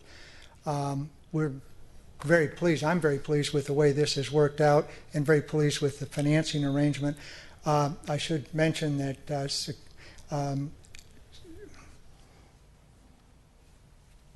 can't think of the bank. Community Bank of the South. I kept thinking Security Bank, but that's not right. Community Bank of the South is agreed to buy the bonds in a private placement, and the bonds can be paid off early at any time without a premium. So I think the transaction is going to be very beneficial to everybody involved. And if that's longer than it was supposed to be, I'm sorry. Thank you for explaining that. Thanks so much. Okay, at this time, I would like to make a motion to approve item 6G, resolution or RES 2014-12, adoption of a resolution authorizing an intergovernmental economic development contract between the City of Smyrna and the Downtown Smyrna Development Authority. Second. Have a motion and a second to approve this resolution. Any discussion? All those in favor of the motion, please vote. That's approved 6-0. Thank you very much. And I want to thank those that served on the committee, that headed by Wade Lineker and Susan Wilkerson and Andrea Bluestein, along with the DDA. So they did a good job on that. All right, a consent agenda. Mr. Taylor, sorry, one more. I got two more. I was complimenting Mr. Lineker, and that's unusual. So.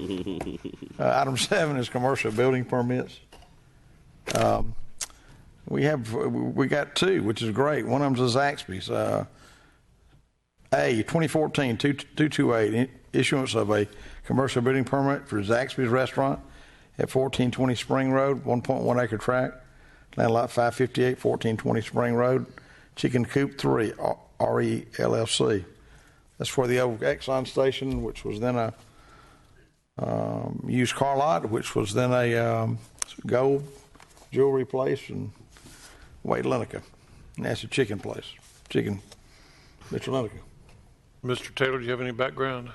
I think the mayor pretty much sums it up. It is going to be a Zaxby's. The building will have a floor area of 3,654 square feet, an estimated construction cost of $1,169,000. Dimension Construction will be the general contractor for the project. This is obviously something that staff does recommend approval for. Thank you. And I've actually got a meeting with the Montclair Townhomes Homeowner Association in about 3 or 4 weeks, and we'll be talking more about that. But they've already started kind of the demolition process, getting the site ready, and we expect them to move forward and have the new store ready sometime later this year, probably in the fall.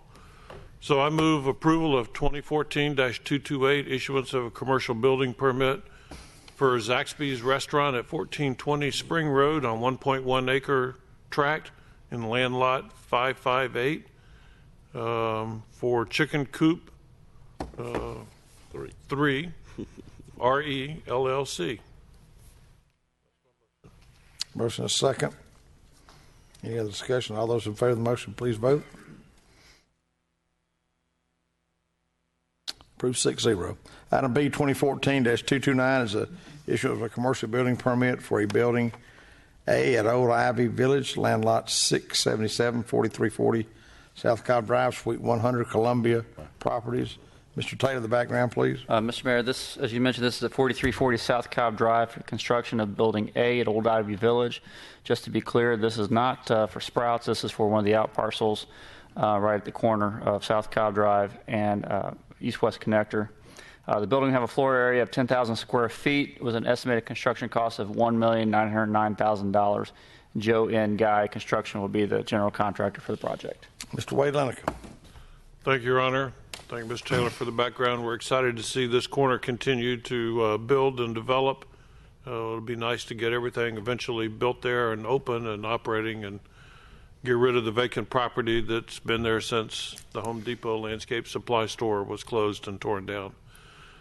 Therefore, I move approval of item 2014-229, issuance of the commercial building permit for Building A at Old Ivy Village, which is in land lot 677 at 4340 South Cobb Drive, suite number 100 for Columbia Properties Incorporated. Second. Oh, Susan jumped in there. There's a motion and a second. Oh, I'm sorry. Just about blew the microphone away, Mr. Fennell. Okay, all those in favor of the motion, please vote. Second. Oh, and Mr. Fennell, didn't you second it?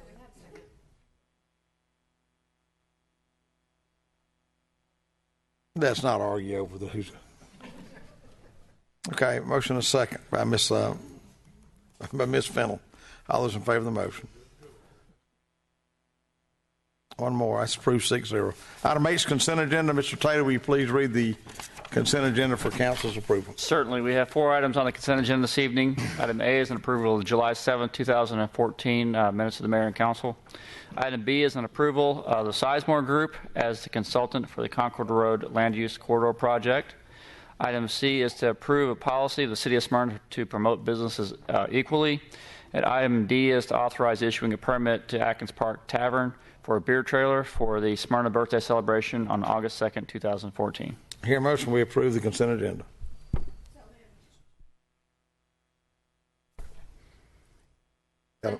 Got a motion and a second. All those in favor of the motion, please vote.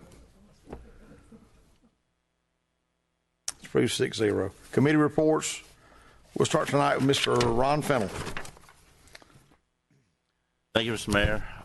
On behalf of the Smyrna Police Department, I'd like to ask Captain Joe Bennett to come up and give a report while we're dealing with the further recovery of our leader. I know things are progressing well. Get him ambulatory again. Evening, Mayor, Council. Joe. I'll try to be quick. A couple of items of interest, the occurrences that have occurred over the past 2 weeks. On July 9th, Master Patrol Officer Nesbitt answered a child not breathing call at Glendale Place Apartments off of South Cobb Drive. He arrived, found an 11-month-old infant in its mother's arms. The child was not breathing and unresponsive. Master Patrol Officer Nesbitt took the child outside, put it on the trunk of his vehicle, began CPR, and the child began breathing again. Awesome. Commend him for a job well done. A couple more items. Thursday, July 10th, we had a robbery of a bank, Wells Fargo at 3210 South Cobb Drive at Concord. On that particular occasion, that did not result in an arrest. Again, on Thursday, July 17th, exactly 1 week later, had another robbery at the same Wells Fargo bank. This time, he was not so lucky and was apprehended by our officers along with Cobb County Sheriff's Office inside the Kroger. We had tracked him with a tracker into the Kroger where he was taken into custody without incident. In between these two incidences, on Wednesday, July 16th, we had yet another bank robbery at the Fifth Third Bank that was inside Kroger. Officers arrived within 2 minutes of that report and was able to find the suspect trying to leave the location. Upon seeing our uniformed officers, he ran on foot. He was apprehended, and on that particular incident, he left before any money was given to him. So we've caught 2 bank robbers in 2 weeks. Very commendable. Saved a couple of lives. Great. Good week. Also, reference to the media release on the missing father and son. They were both found safe in Alabama. It was the father that was suicidal and had been reported missing that had taken his son. They were both found safe in Alabama. A couple of items of interest to our residents. Our third Citizen Police Academy begins September the 8th. It runs September the 8th through November the 10th. It's 11 consecutive weeks. Excuse me. Applications can be obtained from the police department page on the city website at smyrnacity.com. And our hiring for both certified and non-certified officers is we're currently accepting applications. The physical agility testing is scheduled for August 9th, and the board interviews for successful candidates are immediately to follow. So if anyone out there is interested in becoming a Smyrna police officer, we welcome their application. That's all I have for this evening. Thank you, Joe. Thank you. Well done, Captain. Thank you. And thank you for what all the police officers do every day, saving lives and stopping bank robbers. An awesome job. Appreciate everyone's support. Thank you. Thank you for what you do for us every day. From the fire department, I'd like to ask Chief Roy Aker to come forward and give a brief report. Chief?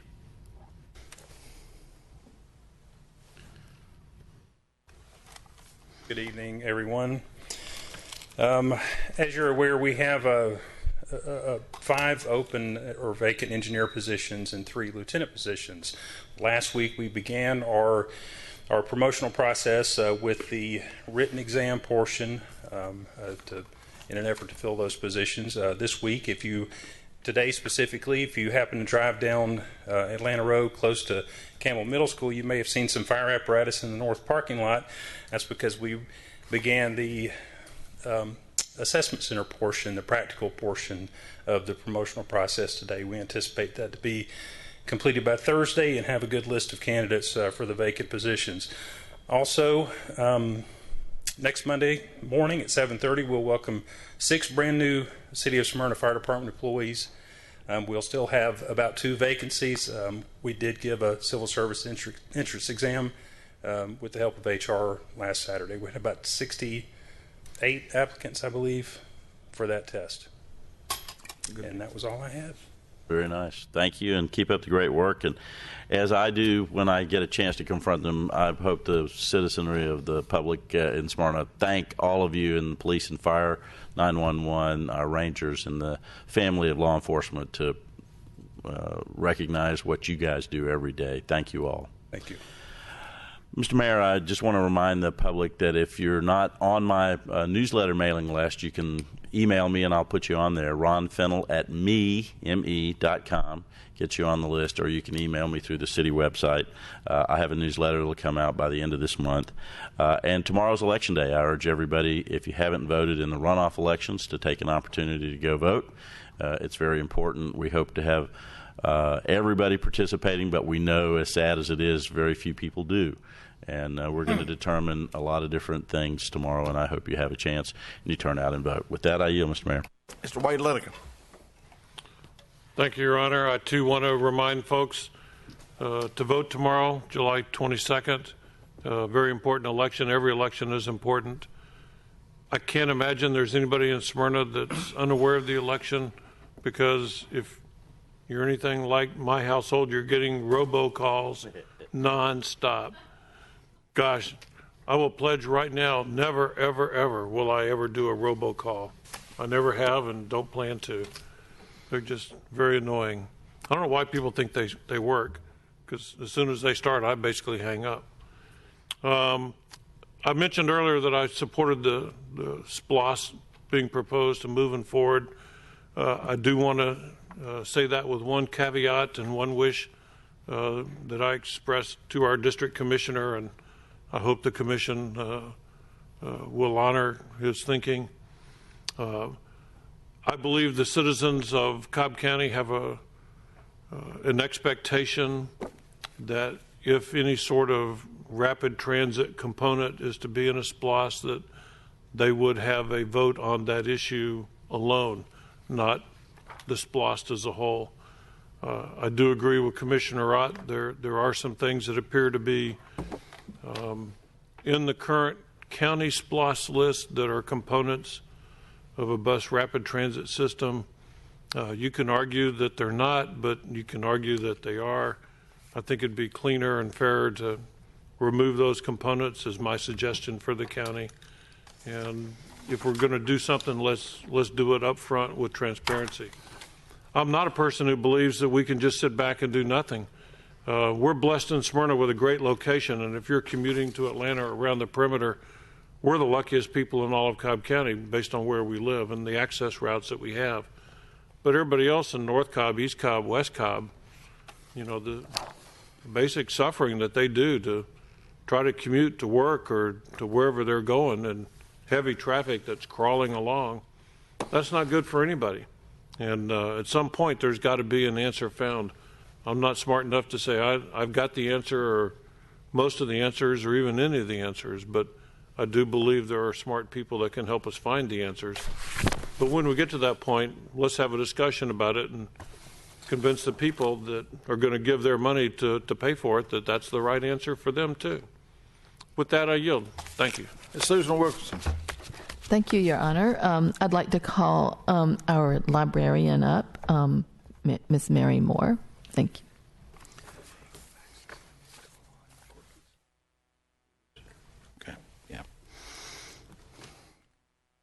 Good evening. This is the last week of the summer reading program, and participation has been excellent. We've already had 150 kids turn in their logs, reporting over 1,600 hours of reading this summer. And that's just the tip of the iceberg, because more and more logs will roll in all week. The final event is this Friday, July 25th at 2 p.m. at the Community Center. Lee Bryan, the puppet guy, will present a program called Planet Earth. Tap your feet to the musical beat with themes of recycling, clean air, water conservation, and rainforest preservation. So participants need to remember to turn in their logs this week to collect all their prizes and be entered in the grand prize raffle. The teen prize party is tomorrow at 6 at the library, but adults have until this Sunday, July 27, to finish up their punch cards. Smyrna Library has upgraded our Mango Languages service. Library card holders use this service to access scores of online tutorials to learn foreign languages and ESL, and our subscription has now includes the Little Pim tutorials, which are for children. So there are 9 foreign language and an ESL tutorial included in our subscription for kids. The Friends of Smyrna Library host a monthly First Sunday lecture series, and I think the one in August is going to be really a lot of fun. Author Jeff Clemens will talk about the history of Rich's department store. So we're encouraging attendees to bring in their own memorabilia to share with the crowd. I think that'll be a lot of fun. So that is, Mr. Clemens will appear on Sunday, August 3 at 3 p.m. at the library. Thank you. Thank you, Mary. I just want to say I have very fond memories of shopping at that Rich's department store over at Cobb Center. So anyway, that sounds interesting. Thank you. With that, I yield. Mr. Corky Welch's not here. His committee's Ann Kirk. She's got a report. Ann, you want to come forward? And while we're doing that, Ann, got something for you.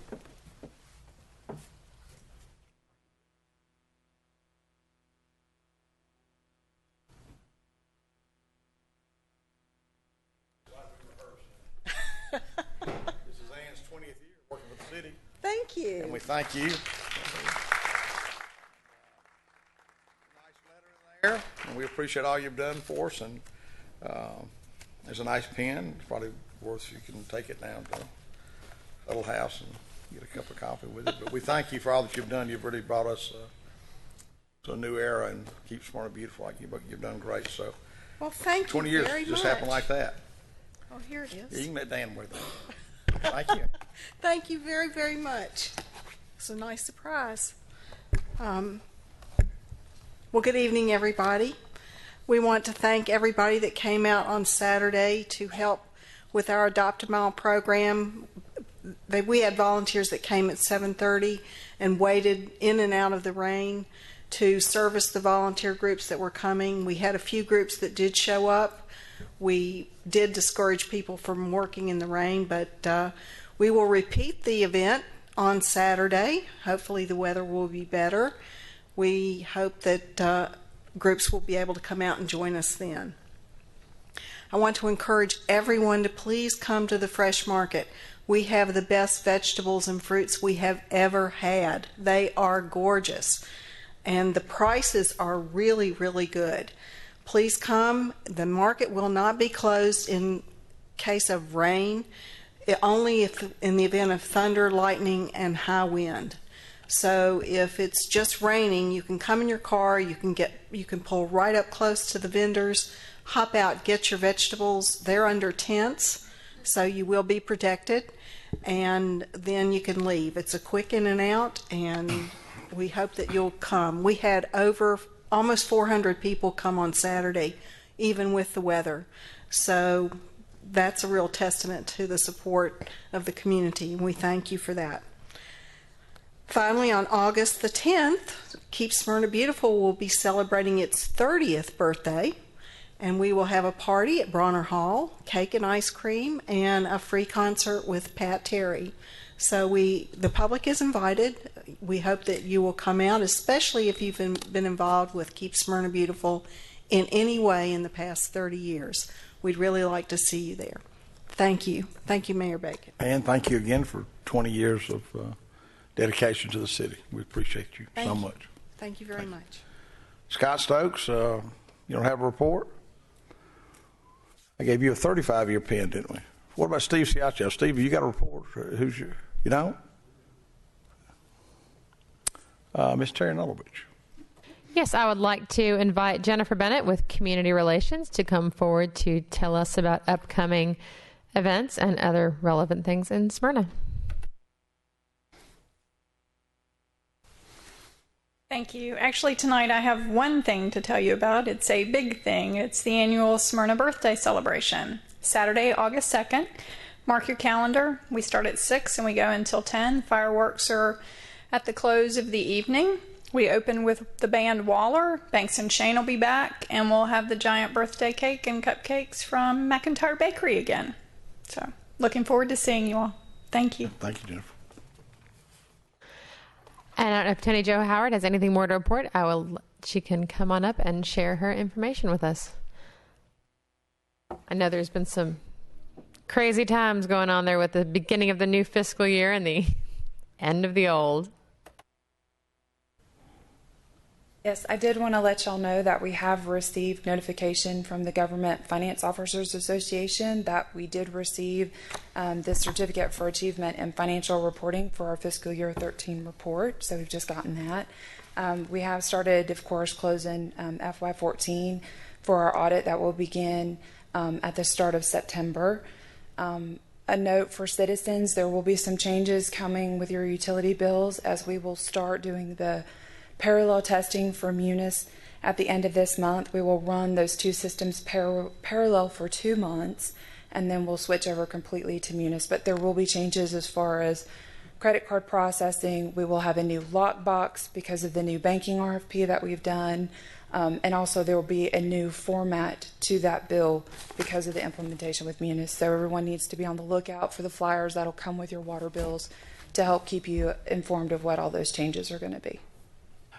Ms. Howard, just one quick question. Yes. Will it change how the bill looks to the consumer? Yes, and we are planning to send out the month before we completely turn over to that new system. We'll send out an example of what that's going to look like. Very helpful. So that people will know what to look for. And we're hoping that we may be able to take their current information on the old bill plus current information in the new system, send them out at the same time so they can compare. Great. Tell me when that example will be sent out again, in the September billing or the August billing? They're doing it at the end of this month for bills that'll be received in August, so it will be the one that they receive in September because they'll do that billing at the end of August.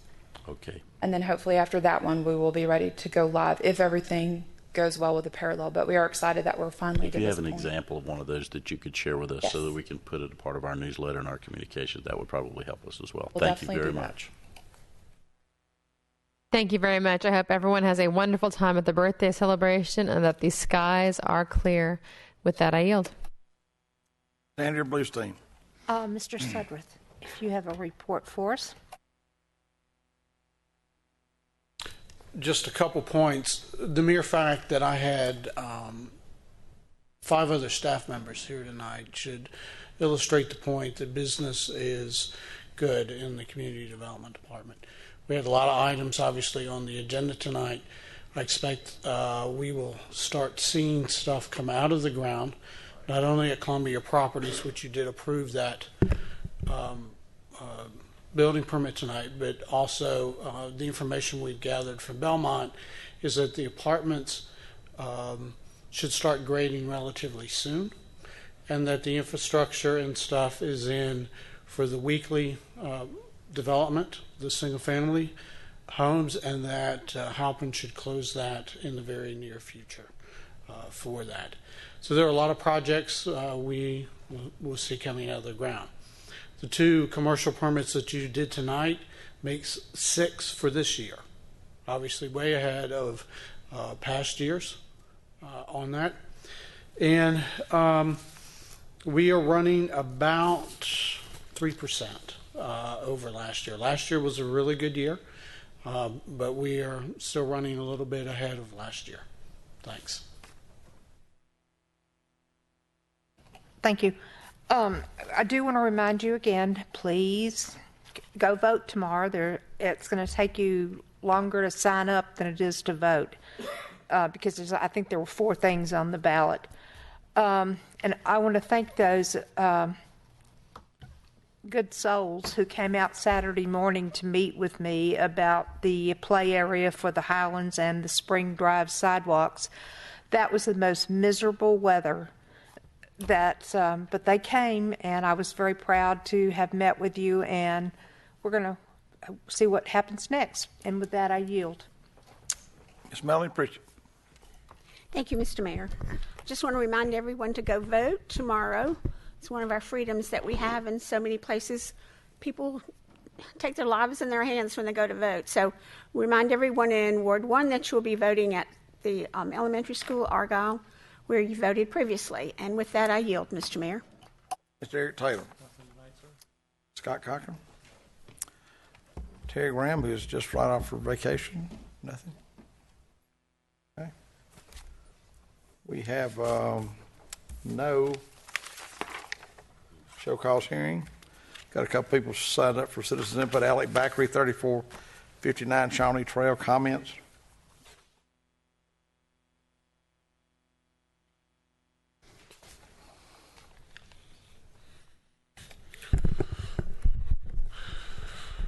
My first comment tonight is a comment that you made, Mayor, that Jonquil Plaza is the hottest property in Metro Atlanta. It's been empty for 7 years with back taxes and arrears and bankruptcy. There's no waiting line. If that was hot, that should have been developed 6-7 years ago.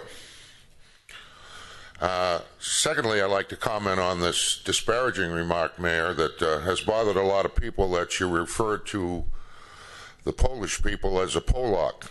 I find that disrespectful because I'm Polish, and I'm proud to be Polish, but I find it very disrespectful and disparaging that you would use that term. And I hope in the future that these disparaging remarks like that, because I find that you've really disrespected a nationality, and I hope that doesn't happen again, because it has upset a lot of people. On Hickory Lakes, you were quoted July 12th that Hickory Lakes is under contract. Well, I was advised last Friday by the city there's still no contract on Hickory Lakes. I hope you can straighten out that, because somebody is way off on the correct information. Also, these meetings that we had for the tax increases, even though it's a small amount, I found that it was poorly advertised. It didn't appear in the newsletter, the monthly newsletter, and not one of you in the last council meeting mentioned the dates and times for that. I attended the first one, and there were 6 people there.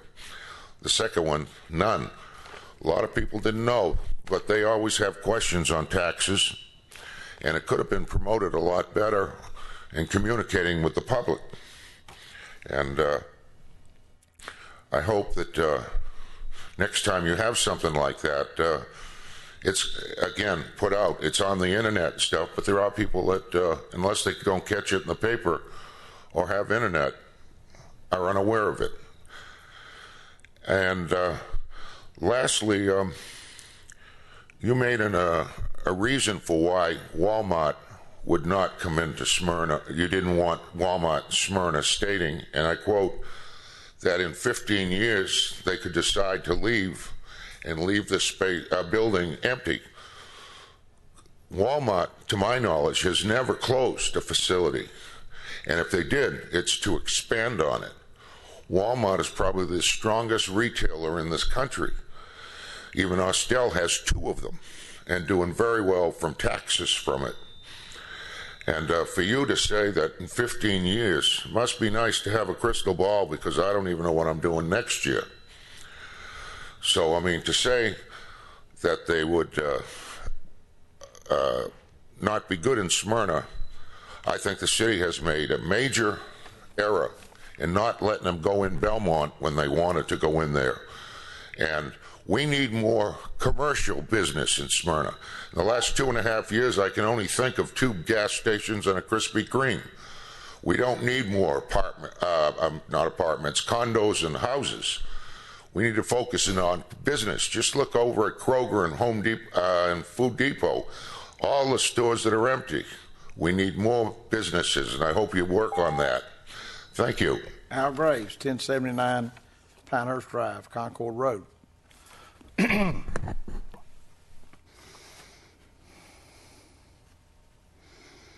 Mayor and Council, I want to elaborate a little more on the problem that I brought up last week on the intersection at McCauley and Concord Road and the lack of turn lanes that were promised. I talked to Corky after the conclusion of the meeting last week, and he apparently was not aware of this, and he committed at that time that he would go through the intersection and check it out and let me know what he thought about it. And I have not had any response from him, so I don't know whether he couldn't find out anything about it or he didn't have time to check it out. But it's still a very real problem.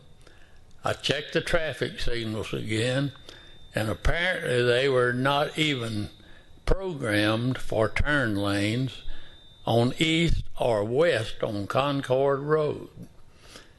The turn lane that's provided going east to west towards South Cobb Drive, the space that is provided would not be adequate for bicycle turn lanes.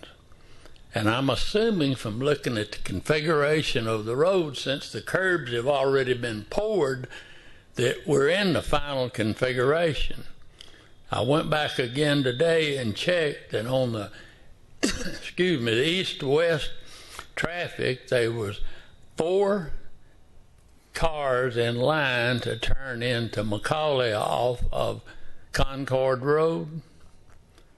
When the light changed, all of the traffic backed up on both lanes, tried to merge in the outside lane, and I'm telling you that it's ultimately going to develop into a serious traffic problem. So my question is, who can tell me what the final configuration of that intersection is going to be? Who can tell me why no program was instituted on the turn signals to indicate right turn, and why provisions for a turn lane on the western side of that intersection will accommodate 5 cars, and the ones that's provided on the eastern side, as I say, is adequate for bicycles. So if anyone in this astute body knows, is it the contract manager? Is it the designer? Does someone on the council have the final say? Or where can I find some answer to this problem? Thank you. Steve Gooman, is Steve here? Benny Cabanball, Joyce Reagan, Al Graves. There's a couple of guys back there from Croy that'll answer your questions. Those two boys back there, but they got the right there. You get with them, they'll tell you about that road. Okay, I'll let the lady speak, and then I'll pursue it. You can, okay, go ahead. Good evening, Mayor and Council. I'm coming tonight to ask for you to pray for the wife and family of Pastor in my church, First Baptist of Smyrna. He is Chuck Allen. He passed away, and suddenly, and nobody that I've ever known has traveled as much as he has gone to see people in the hospital, not just people who are members of First Baptist Church, but in other places, all the way over to East Cobb to visit someone who was related to someone in our church, but not a member. And then he was also down at the hospital, as he was on staff down at the hospital, Emory Adventist. So we'll miss him so much. And of course, you pay tribute to our pastor, who formerly our head pastor, who moved to Florida. So now we're without two pastors. I didn't know that Chuck had passed away. This just happened. Is that right? On the weekend. And the funeral will be on Wednesday, and visitation will be tomorrow. Thank you for prayers for the family. Thank you, George. So any other business to be brought before this body? It looks like it's about, is it 10:20? Okay. I declare this meeting adjourned.